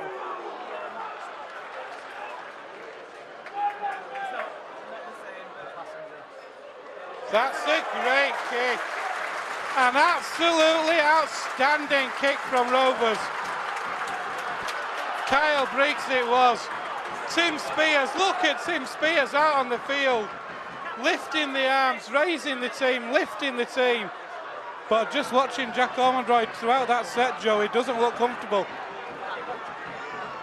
No, you do wonder if he might only have been forced to return to the field of play through that injury to Mullally. Just seeing Tim Spears, though, revving up his troops there, the captain. I was speaking to Joanne before the game about it. The way he's taken this new role of coming off the bench, and that means he can provide two different types of captain. He can either be the one who calms things down when that's required, but equally can come off the bench and be the one who gives that impact in terms of revving the rest of his troops up, acts as a real catalyst to the rest of the team. And Bradford have now got a player down. So the clock is called off, and on comes the Bradford physio. Joanne, that's a good point there Joe's just made. Tim Spears been on the bench the last 2 or 3 games. He can get a different perspective on the game from the bench, and you can adapt your game based on what's happening, can't you? Yeah, it's an excellent point that me and Joe were talking about it, and I was saying people like Tim Spears and Daryl Griffin on the bench and what effect that can have on the game when they enter the field. Like you say, they've got a perspective of the game before they enter the field. They can see what's happening out there. Just got a break in play now. I think it could be Ethan Ryan that's down there receiving some treatment, not exactly sure, because he's flat on the floor, but he's just receiving treatment 15 metres away from his own line. He had the ball in hand at the time. Physio just doing some work on him, so we could have a little bit of a break in play here. Yeah, I mean, Tim Spears leading from the front today as the captain, and when he's not on the field, the other person who leads from the front, who's done a full stint so far, is the amazing Andy Ellis. Indeed, Andy Ellis has been immense as well this afternoon. Just watching Tim Spears during that break in play, Joe, going round to his team, first on the left, now on the right, talking some more, giving instructions of things that he'd seen throughout the course of this match, and that's great to see from your captain, isn't it? Definitely, he's always had that as a player. He's always never kept his mouth shut on the field, been a constant talker, but to me he's grown as a captain in terms of the way he marshals his troops. He's a real leader of a forward now, and like Joe says, I've liked the 2 signings we've made from Sheffield in Talapapa and Davis. Briggs, of course, returning. There's been some real star signings, but for me, undoubtedly, Andy Ellis, signing of the season for the Rovers. And let's not remember, he's playing at hooker against full-time opponents. He's not left the field yet. Hasn't indeed. Here come the balls now with Adam Sidlow. He's away from one, and there is that man, Tim Spears, in that tackle. Here's the last, it's a dink over the top. That's poor. That is poor from the Bulls. That's a poor option on the last. No real depth to that kick. Ashton Golding able to take it. And Rovers, instead of starting maybe 10 metres out, are starting 30. To be honest, I can see why Bradford would have done that. They're needing to break the Featherstone Rovers defence by hook or by crook, and that little dink over the top was a means of doing that. Here's Ormonroyd taking it in. We've just been watching him in back play. Ormonroyd, he's not right. He's out there. He's still injured, is the lad, and he just gets up really gingerly playing the ball. He's Steve Snitch taking it on the inside. He gets through, breaks through the first tackle. 40 metres away from that Bradford line. It goes out to Kyle Briggs, who puts boot to ball, goes up in the air. It's a towering one. It bounces into touch. 5 metres away from the Bradford line, Kyle Briggs with an absolute pearler of a kick. Could he have judged that kick any better? I bet he couldn't do that again if he tried, Joe. Just placed it absolutely beautifully. You wonder if he was intending that, because surely it's impossible to be that precise with your kick. Some of the England bowling against Pakistan over the past few days, Chris Wokes has been putting him on sixpence and sending down some real worldies that they've not been able to keep tabs on. This kicking game from Anthony Fakri and Kyle Briggs today. Kyle Briggs with that particular kick, unbelievable, placed on a sixpence each time. And the Bulls now trapped in their own 20-metre area again. Here's Ferguson. He gets that ball away, that's better. Thackeray drops off that tackle, but again the cover's there, and who's the cover? Lou Briscoe, and who else? That man, Steve Snitch again. Here's Matty Blythe. Ball comes down the short side, Addy to Ferguson. Talapapa, what a hit! What a hit, but what a hit on Dale Ferguson of all people. He's usually the enforcer in that Bradford Bulls team. Well, Talapapa showed him who he was. Here's the last tackle, that's a kick over the top. Ian Hardman takes that, no problem at all. That'll do. He's just hurt his own player there. Just hurt his own player, Bradford. They've knocked heads. Bradford have got a clash of heads, time's called off again. Joanne, you saw what happened then. Yeah, the two Bradford players, I think they clashed heads in the tackle there. There was 4 players going in on Ian Hardman, and they injured each other in that tackle. It looks like Danny Addy come off worst, but he's going to be okay there. Physio says. Andy Ellis leaves the field.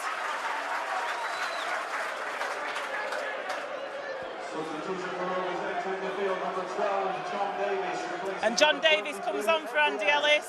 What a stint he's had. And Jordan Baldwinson replaces Jack Ormonroyd.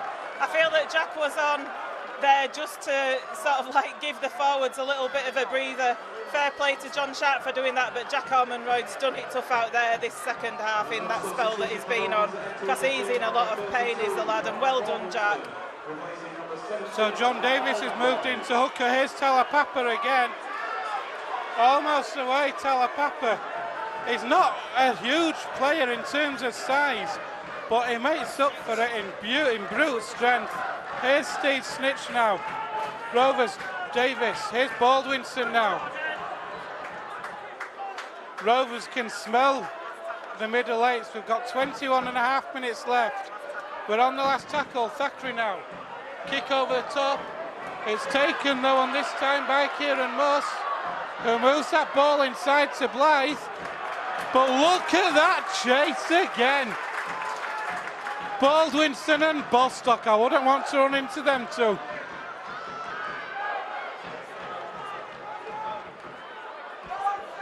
So we're just coming up to 20 minutes left here at the Big Fella Stadium. It's as you were at half time. Rovers with an 18-0 lead. All the points in the first half. And Bradford are just running laterally. And they have not got any idea at all how to unlock this defence. Here's Ferguson now. They're on the last tackle, they're 35 metres out. There's Charnock over the top. It's a great kick. But Ian Hardman, what a tackle. The first time really this match, Joanne, that Bradford have put a kick in which looked like it could cause problems. But ever reliable. Who's at the back? Mr. Ian Hardman again. Yeah, it's good play by Bradford. That Charnock put that kick over. They looked to be going nowhere. A couple of plays before that, Dane Chisholm got tackled with the ball. He was playing merry hell with his teammates. But yeah, Charnock put that kick over the top. It looked good. And he collected his own kick, but Ian Hardman just waiting there. What a tackle he put in there. What a season Ian Hardman's having in his testimonial year. Outstanding. And speaking of that man, here he is again. Just shy of halfway. Here's Tim Spears, gets Rovers into the Bulls half again. 19.5 minutes left here at the Big Fella Stadium. Still Featherstone Rovers 18, Bradford Bulls 0. Rovers 35 metres out, centre field. It's going to be Kyle Briggs, puts that ball in the air again towards Ethan Ryan. Well taken though by Kieran Moss. But what a hit, Joe! An unbelievable hit. It's Bradley Tagg up there in an entire line though. Defending after that kick. The kick chase has been phenomenal all game, but as soon as Kieran Moss hit the ground there, he was met with a thunderous hit. Bradford now. So you can start to see a bit of desperation now coming into the Bulls play. Here's Ferguson again. You can almost sense a bit of desperation sneaking into the play now, can't you, Joe, for the Bulls? Well, desperate times can call for desperation, in all honesty, Ben.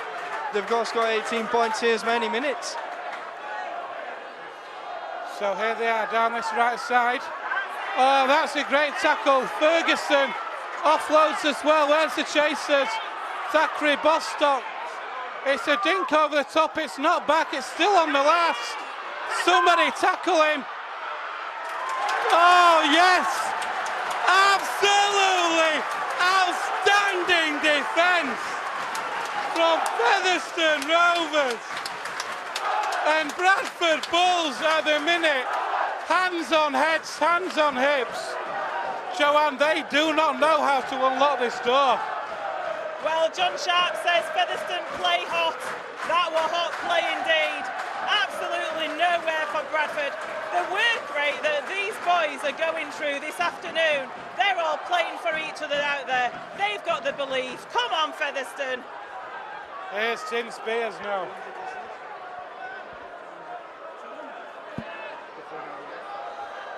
Brad tag now.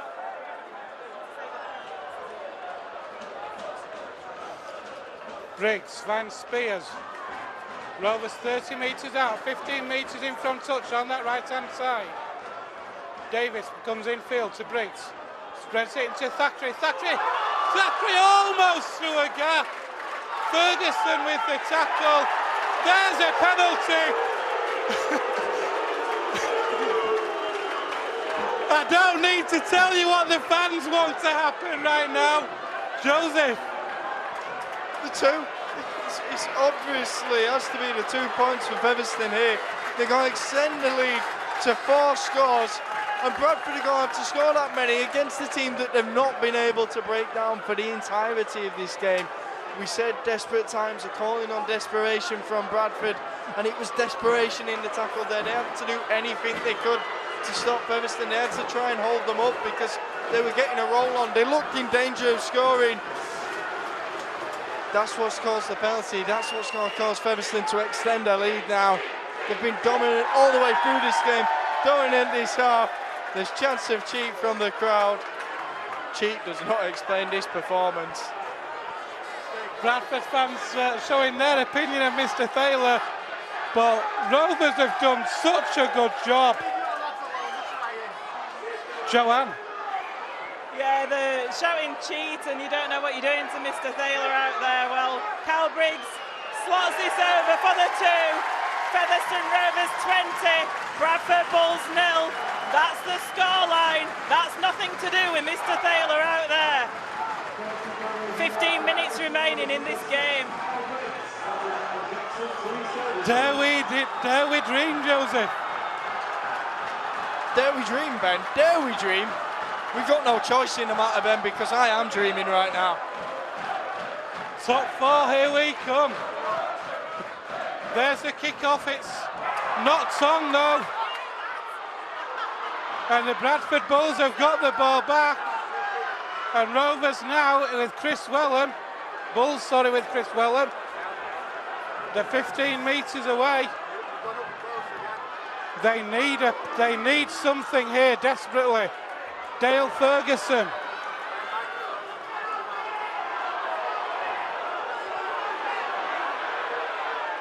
Addy.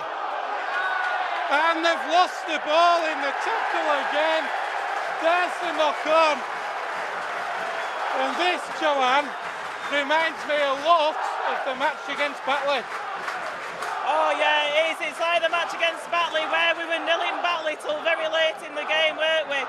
And that's, you know, Bradford had a chance there. It's probably been their best chance, perhaps, of the game. With 14 minutes remaining, they had a chance there, and they lost the ball early on in that tackle count. So Featherstone have got the put in at this scrum 10 metres away from their own line. Anthony Thackeray in no rush whatsoever to put that ball in. Comes out to Missy Talapapa. How immense has he been in his tackling department? Gets the ball away to Michael Channing. Channing ducks and dives a little bit like the cheeky Cockney that he is, 20 metres away from his line. Might not be a Cockney, he's a Southerner or whatever. That was a hard tackle on Tim Spears. It's an illegal tackle. It was a throw. So that is a penalty to Featherstone Rovers. It's being called out by the referee. I think something might have been said as well. Ben Thaler not happy at all with that tackle on Tim Spears. He was upended. It's Kurt Haggerty, I think, that did that tackle. So just having a chat with Haggerty and Chisholm is Thaler. And he's marched them 10 metres for mouthing as well. So the 10 metres further forward for descent. So we'll have that. Bradley Tagg has left the field. Just trying to see who's back on the field, but Featherstone, from that Kyle Briggs kick into touch, Anthony Mullally's back on the field. Let's hope he's back up to full fitness. That's easy, man. That's round Tim Spears' head, but referee's not giving anything. 25 metres away from the line, goes to Briggs, goes to Baldwinson, who shoves off Danny Addy. Bye-bye, Danny Addy, he says. He just shoves him off there. Addy came back to tackle him, though. 25 metres out to Kyle Briggs, to Anthony Thackeray, goes to the left, to Hardman. Hardman gets wrapped up there by Charnock.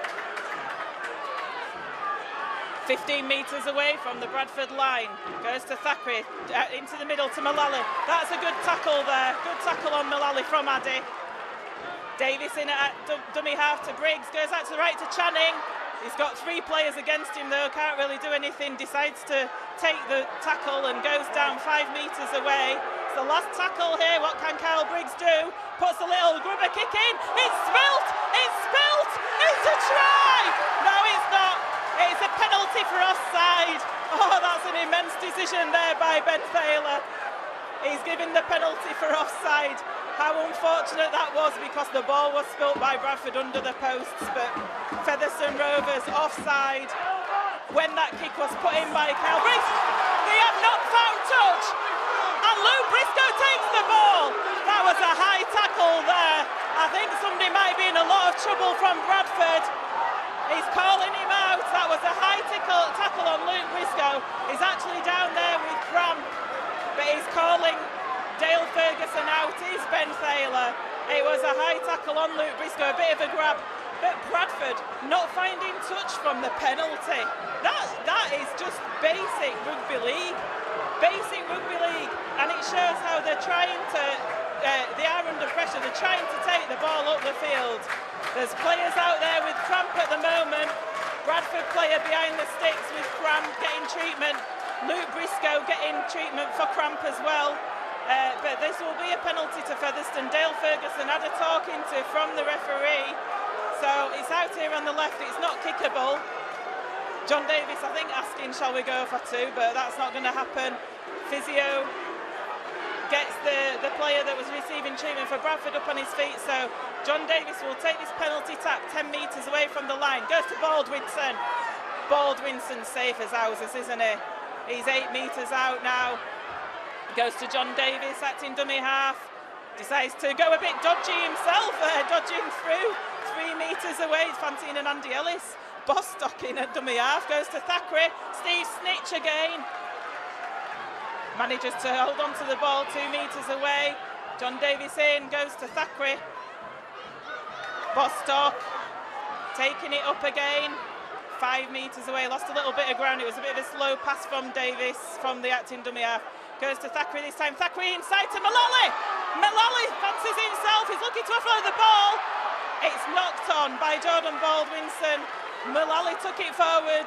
He had his back to the sticks. He passed it to Jordan Baldwinson, but Baldwinson not able to take it. So the scrum is set by Bradford very quickly on their 10 metre. They realise time's running out. There's just over 10 minutes remaining, Ben, and it's 20 points to 0 to Featherstone. Rovers hammering on that Bradford door, not able to get over, but crucially running the clock down at the same time. 10.5 minutes left here, Joe.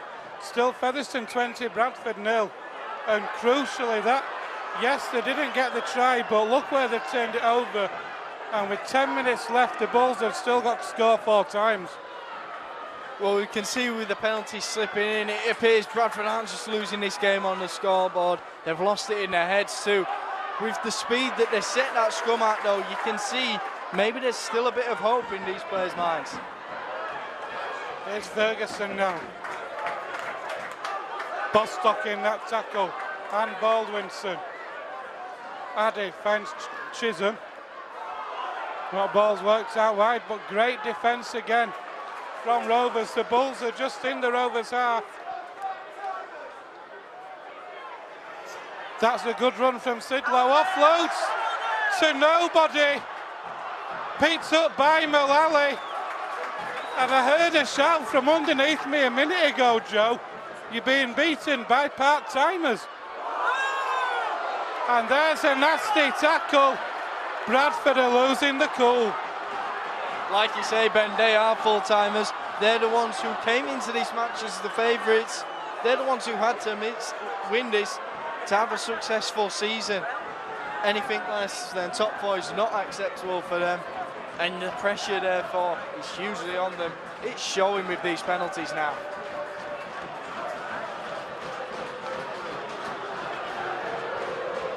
Yeah, Kurt Haggerty there with a tackle, a slap on Tim Spears in back play there.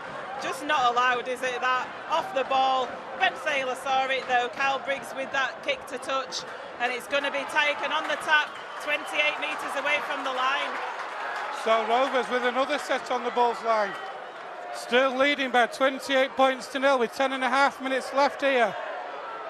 Here goes Tim Spears. Bulls fans are starting to leave. Here goes Anthony Mullally.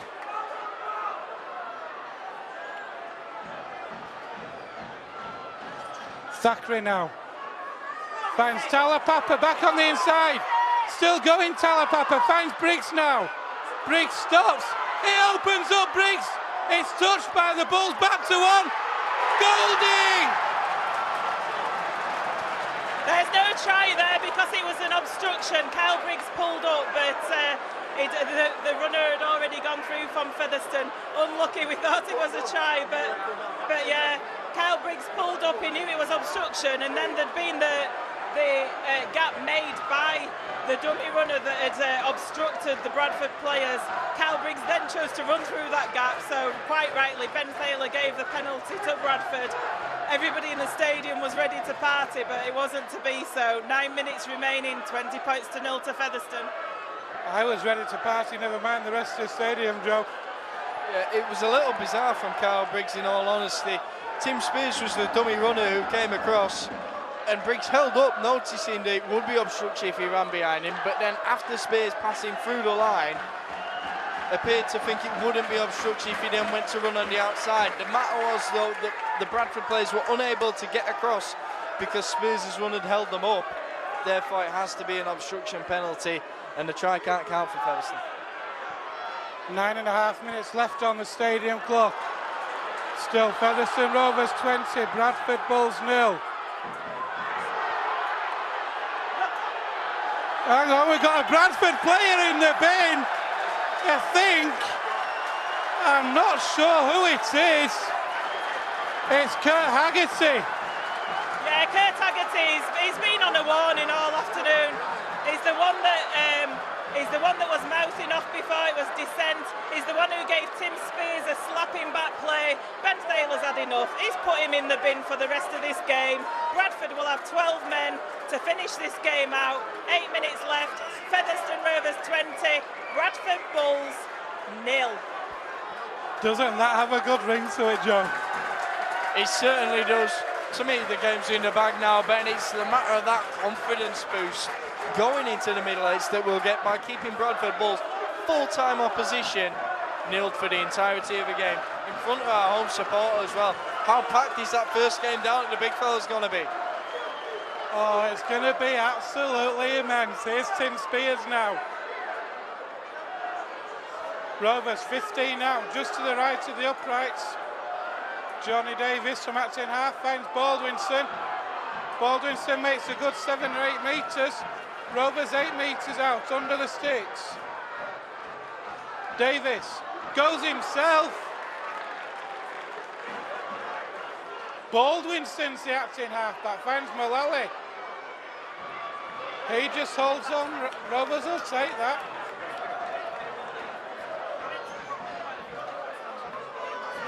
Bostock. Through again! Looking for his second try of the season, but has lost the ball.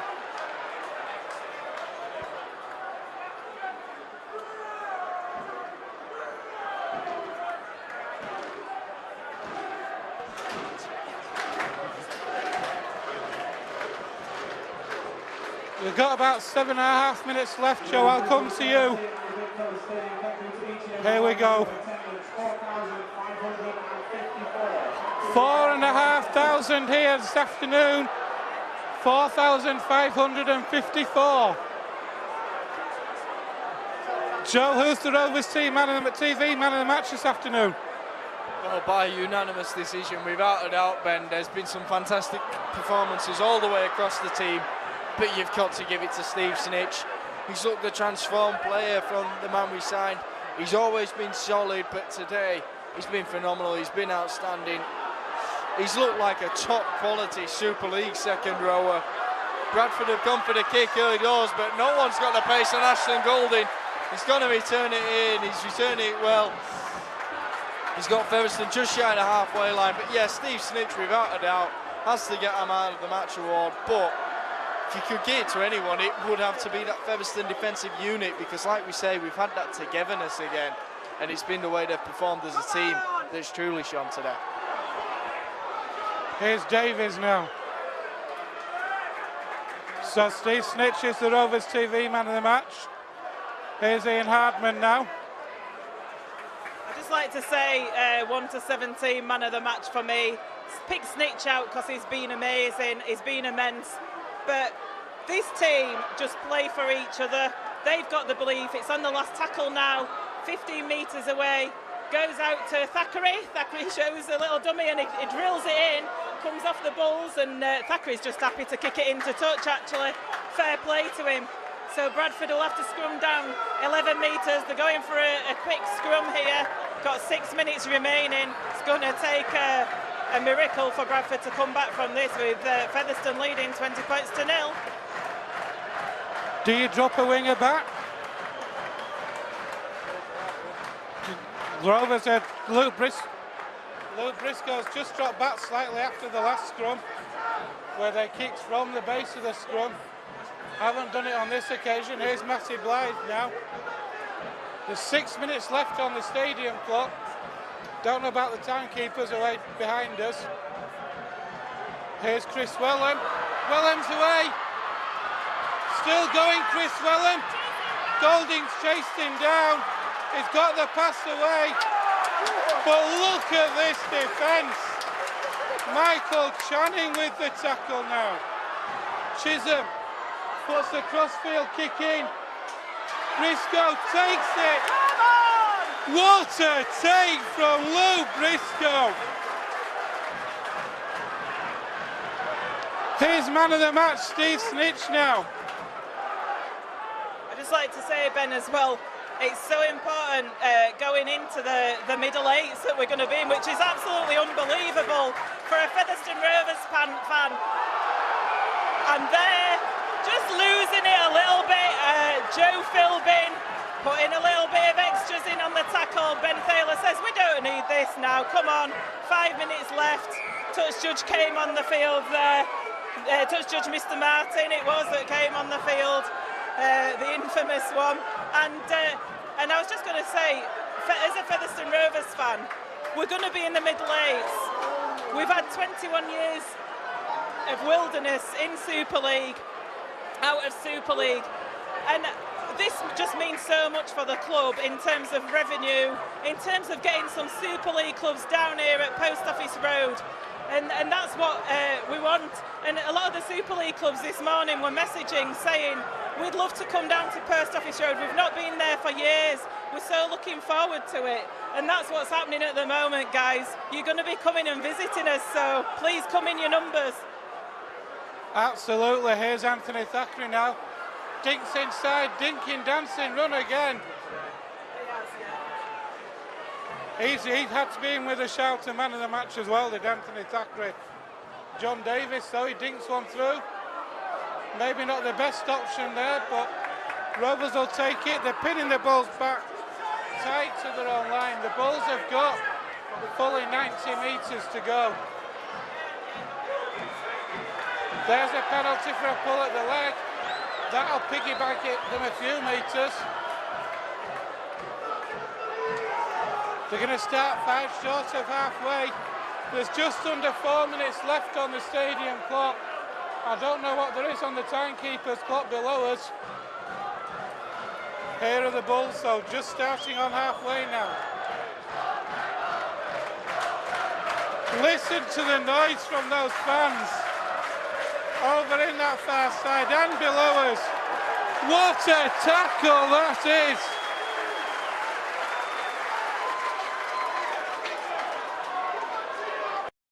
see the frustration on the players, the Bradford players, the faces of the Bradford players there, Joe. Jay Pitts in that tackle looked around and he berated his own teammates then almost. As Chisholm kicks through twice. No, Rovers will just let that go, that'll do. It's going to be a dropout, Joe. Yeah, smart play from Briscoe there, just puts it dead. Featherstone have got time to collect their thoughts and Bradford don't have time to score the required points. Let's keep it at a nil, boys, though. Let's keep it at a nil. Steve Snitch, though, it shows how fantastic he's been when Missy Talapapa, with all those fantastic tackles he's put in this match, hasn't come in running. Anthony Faku's got the sponsors man of the match, though, and it's difficult to argue with that. He has been the maestro going forward, he has run the show. But Steve Snitch did get ours because just phenomenal, and every attribute she can admire in a player in terms of the way he went forward with such enthusiasm, aggression and will to win. So here are the Bulls then with Tom Albiston. We're going to have the full set in the Rovers 30 more or less. Here's the drive in now. Ben Kavanagh.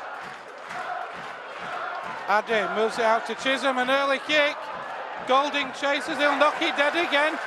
Rovers will take this, Joanne. Yeah, I think John Sharp's just entered legendary status here at Featherstone. We've got the John Sharp song coming out. John Sharp, he's got no hair, but we don't care. Johnny Sharp. Fantastic song. Brilliant to see. Tim Spears going to the Featherstone crowd and getting them roused up behind those sticks. Those players out there are loving every single minute of this, and so they should. They've worked so hard for this. Part-time Featherstone Rovers against full-time Bradford Bulls. And here goes Addy again. What a hit by Spears! And Joe's just said it, Joanne, as well. How big a lift, confidence boost will this give Rovers going into the middle eights to nil? A full time, if they can keep it to nil. When it's a turnover now, how big a boost will Rovers get to keep the Bradford Bulls to nil going into the middle eights? Oh, it's so important to nil them. Just to get, we almost nilled Batley, and we should have done. Halifax were a better proposition last week. We didn't get some things right on the pitch last week. They've certainly looked after that today. And to be honest, you know, to nil them will be so important. Michael Channing plays the ball, takes an eternity there, goes to Ian Hardman. They're just sort of walking this in at Featherstone at the minute with 53 seconds remaining in this game. Davis now. Anthony Mullally has a run. He's been immense for Rovers today as well this afternoon. Davis, Briggs, shows and goes. Briggs kicks for the corner. It's going to be too long. It's a dropout for Bradford. A beautiful show and go from Kyle Briggs, Joe. Well, here we are. We've got the game won. We've got it put to bed. You thought when we were tapping the ball behind that we were just looking to take the result, but we're going forward with such flair still.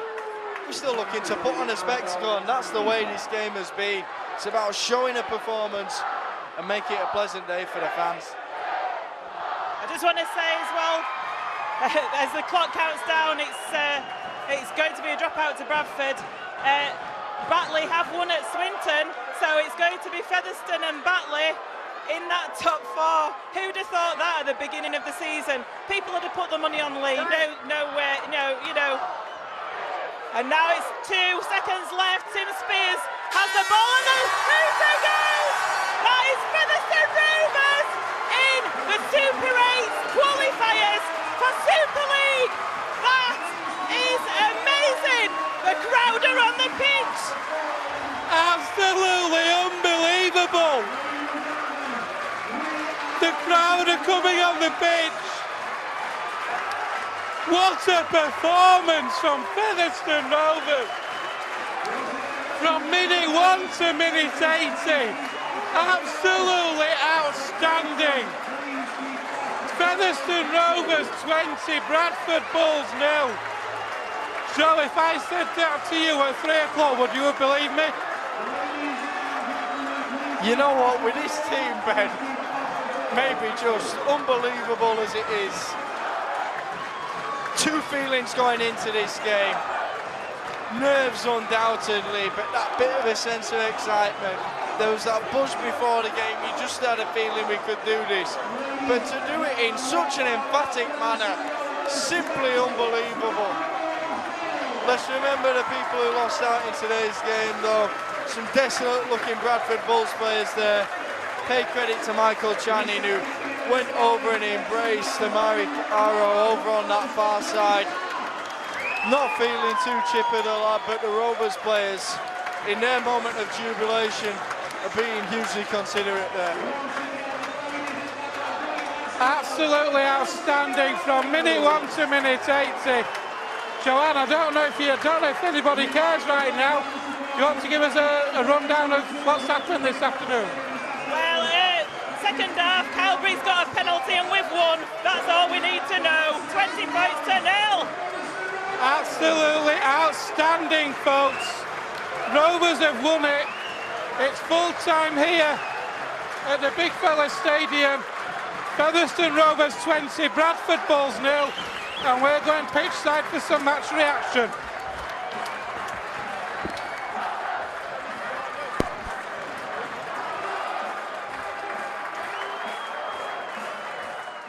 Kyle, 20 points to 0 against Bradford. I keep saying it to myself, it's a fantastic scoreline, isn't it? Yeah, it was fantastic. The boys were outstanding again. We've been outstanding for the last 3 weeks now. We had a real tough ending to the season. Destiny was in our hands, and I tell you what, that's fantastic form to go into these middle eights. Fantastic. It's we set our goals out beginning of the season, and we've achieved it.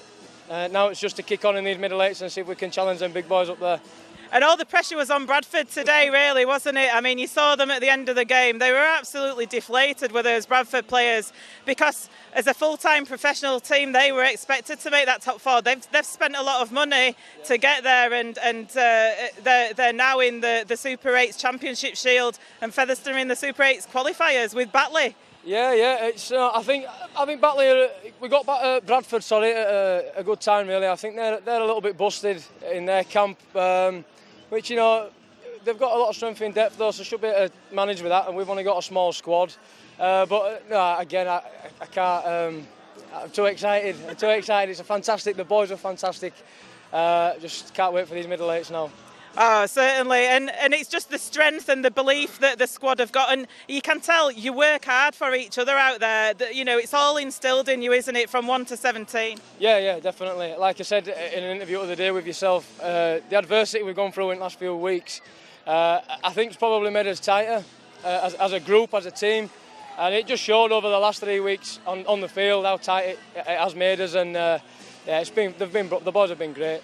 Kyle, I'll let you go and enjoy it in the dressing room now. Thanks very much. Steve Stitch, our Rovers TV man of the match this afternoon. The last 3 performances you've put in the Featherstone Rovers colours have been immense. Where has it all come from? I've had a long rest, haven't I? I've been out mostly with an injury, but no, I've still been getting a bit of fitness back this last couple of weeks, and today was, I think, the first week where I felt really good and my lungs have held out. So yeah. Yeah, you've done the full 18, and how important was it to nil the Bradford team this afternoon? It weren't just about winning; it was really important to nil them as well, wasn't it? Yeah. I thought our scramble was very good. There was times that they made a lot of yards late on that last 20, but we stayed strong and managed to get back in time, and to put a nil on the team like that, it's a big confidence boost for us, and we've just got to take it into these Super 8s now. And that's right, we're going into these Super 8s qualifiers for Super League for that £1 million game. We're going to have some Super League opposition down here. It's just going to be amazing for the fans of Featherstone Rovers. You can hear them behind us. They're just absolutely over the moon. Yeah. Well, they've really turned out today. Full credit to them. It's a great place to play at when it's like this, isn't it? But we've done the job today, and I think we've got a week off next week, I think, haven't we? So we'll have a rest, and it's back to the drawing board for these Super League teams. You know, I think we'll be looking forward to it. But we are the form team going into those Super 8s, aren't we? Into those Super 8 qualifiers. Yeah, well, like I say, this last 3 games, it's been do or die football. As soon as we're lost, we're out, and we've stepped up at the right time, and that's what it's all about, is peaking. We've been sketchy up and down a little bit during the year, and these last 3 games we've really, we've turned it on at the right time, I think so. And do you think there'll be a couple of beers tonight? 1 or 2. Thanks a lot, Steve. John, absolutely amazing performance against Bradford Bulls to nil them on our home turf. Must be a great feeling to be a player out there. It is. All that hard work we've put in throughout the year. We all felt as if, if we didn't win today and we didn't make that 4, it'd have all been for nothing. And I thought, performance-wise, I thought we looked like we wanted it more than they did. All the extra effort and all the little 1%ers scrambling in defence and everything. I just thought we were just that one step ahead of them, and I thought that reflected in the scoreline, 20 points to 0. It certainly does. And when we talked to John Sharp during the week and Tim Spears, you were saying that training were going really well. The game plans, you fixed up a few things after the Halifax game that John wasn't happy with. But today it was pretty near much perfect, I'd say, as a fan looking on. Yeah, I thought we played his best rugby at Batley. Go there and win, 38 points to 6 at their place, a really good score. We dropped off a bit at Halifax, but if you're not playing as well and you still take the win, that's brilliant. But I thought we put it all together today, and they just never looked like winning. I never felt like they were gonna go in front at any point, and just happy for all the fans and happy for all the staff and all the other players in the squad. And those fans, 18th man we called them, they quietened those Bradford Bulls fans, didn't they, by half-time? Or you quietened them, should I say? Yeah, there were plenty of "you're not singing anymore" chants. They were surprisingly quiet. I thought, they'd have been a bit louder, but they were, as well as the performance, we thought we dominated, and definitely the fans dominated them, and, they were a lot louder. And it makes a massive difference for us out there, especially when you're knackered and you're in a bit of a dark place and your legs aren't working, and then you've got them fans behind the sticks when you're D'ing up on your line, so it makes a massive difference. And it's just nice to play in front of a big crowd. We've got Super 8 qualifiers in a couple of weeks, got a week off, you'll be glad of that, I guess. But Super 8 qualifiers coming up, Super League teams down here. It's just fantastic for Featherstone Rovers, this, isn't it? It is. It's a great experience for the club, and it's a great experience for the lads and the fans. I were lucky enough to do it again last year with Sheffield, and the amount that you can take out from it, it's a massive financial boost. But just for the club and just playing against top quality players and good sides, there's no pressure on us, I don't think. And there's pressure on those Super League clubs to not lose their position in that league. We're just going to enjoy it and make the most of it. And obviously I'm sure we'll have a good time tonight. I'm sure you will. I'll let you get started then in the dressing room now. Thanks a lot, John.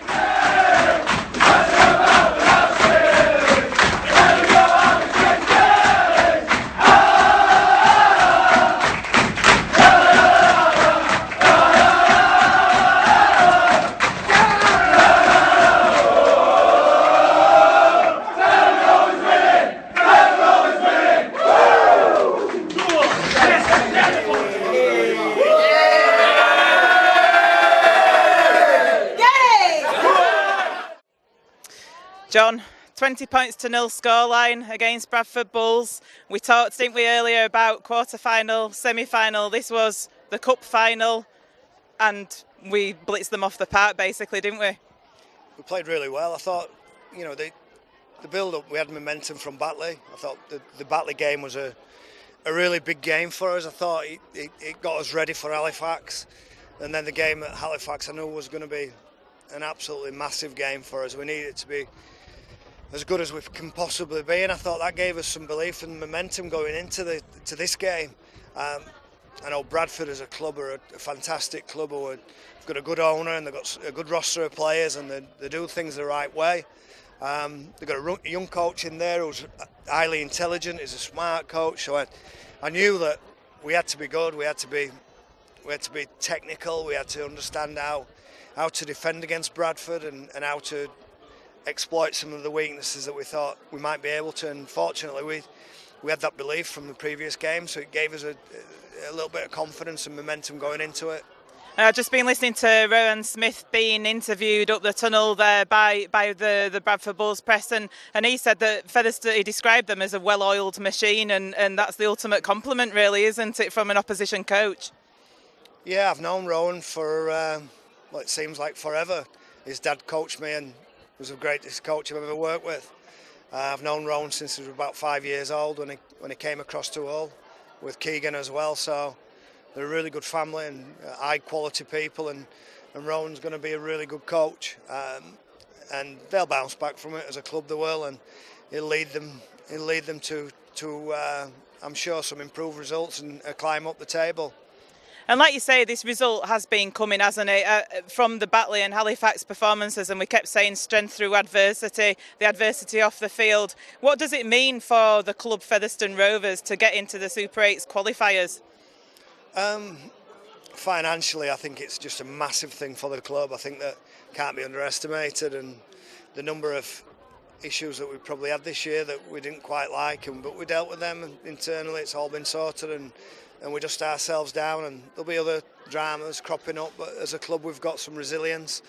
As a group of coaches and players, we're a group of blokes who were galvanised through a bit of adversity as well, and that just made us stronger. And now we're at a point where there's a bit of relief for the owner who works really hard, and the board to keep the club going and bring in the players that I've been able to bring in. So it's a great day for Mark Campbell and Tony Lum and those people, because they put some money into this place, and they've had a couple of dark years, haven't they? And thankfully I've been able to, maybe in the group, us as a group has been able to bring some light at the end of the tunnel.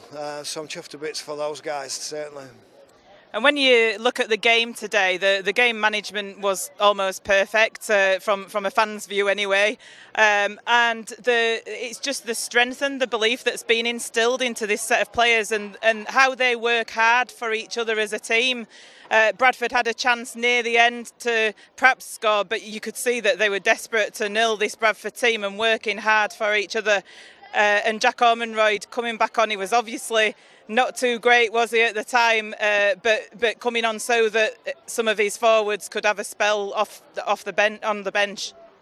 Yeah, I think tried to instill and change the culture that was here previously. That involved releasing 16 players. I lost 3 that we didn't really want to lose, but the other guys didn't fit into our work. They're good players as well, but just didn't fit into how I coach a team. Wanted a bit of leadership. I wanted some halves who were quality kickers and strong personalities and had good attitudes. And everyone I brought in, the 11 I brought in, and then the Leeds guys that have come in as well have all added to the culture and bought into what we're trying to achieve. And the performance today, by the way, is not just about roll your sleeves up, lads, and let's have a real good goal for each other. It's exactly the opposite to that. There's attention to detail, there's systems, there's execution, there's blokes working really hard for one another to make all this look like a team that works hard for each other, and they do, and they certainly did today. I thought we gave everything we got, and now we've achieved something that I'm just chuffed to bits for the players and for the fans. I've only been here a year, but we had a championship shield, and now this, it's just been a fairy tale, and to coach my boyhood teams like a dream. And just looking towards the Super 8's qualifiers, we've got a week off. We've got some Super League teams to play against then. Is it sort of have a little bit of a celebration and a rest tonight, and then looking forward towards this? Because it's certainly not the end of the road, this, is it? No, it's. My first priority is collecting my car from Asda car park. I got a puncture on the way in, so I've got to sort that out before I start celebrating. So, but I thought when that happened, geez, I hope it's not going to be the day that it's going to be. And thankfully, there were another couple of bits that didn't go our way early on, and they came in 3, so we got a bit of rain. The girls came and went for a little bit of I suppose a couple of drinks in Danny Evans's garden. That started rain. I thought that's number 2, and then there was something else that cropped up. Oh, the light in the coach's office, that went as well. So it looked like it was going to be a day that you think, oh no, but it came through in the end. And we had Featherstone legend. I mean, I've been supporting the club since 1979, so to see Brendan Tutor leading the team out today was something special as well. It just sort of like added to the occasion, didn't it, basically? Yeah, it's funny how you mentioned Brendan Tutor, then your eyes started fluttering. Yeah, I remember playing against Toots, enjoyed playing against him. We had some clashes and we got stuck into each other, and then we used to share some beers as well. He's a good friend of my brother's. My brother used to house sit when he went back to New Zealand, so there's a good bond there between my family and Brendan and his. When the opportunity to actually ask Brendan to come out and walk and lead the team out, I asked Spears what he thought about it, and he said he's my boyhood hero, I'd love it. And I thought it just added to the occasion, the gate, the crowd, the build-up, driving or getting a lift in to the ground today. Just had a feel of a special game, and it certainly wasn't it? It was a great occasion. John, I'll let you go up into the clubhouse because I'm sure there's a big crowd of Featherstone Rovers fans waiting for you. You almost got legendary status today, I think. And just on a side note, what do you think to your song that they like singing around the ground? It stems from the Boulevard and the Threpney stand. They used to sing it there. So it's been going about 20 odd years. Is it on Wikipedia as well, which I think is quite bizarre. So brilliant. I think it's a sign of respect. I think it's a sign that I think I'm a knockabout bloke and I'm doing all right for the team. So that's the most important thing. I think that as a club we're doing really well, and I'm pleased for everyone that works here and supports it, because it's been a special day for us. Thanks, John. I'll let you go and enjoy the rest of the evening.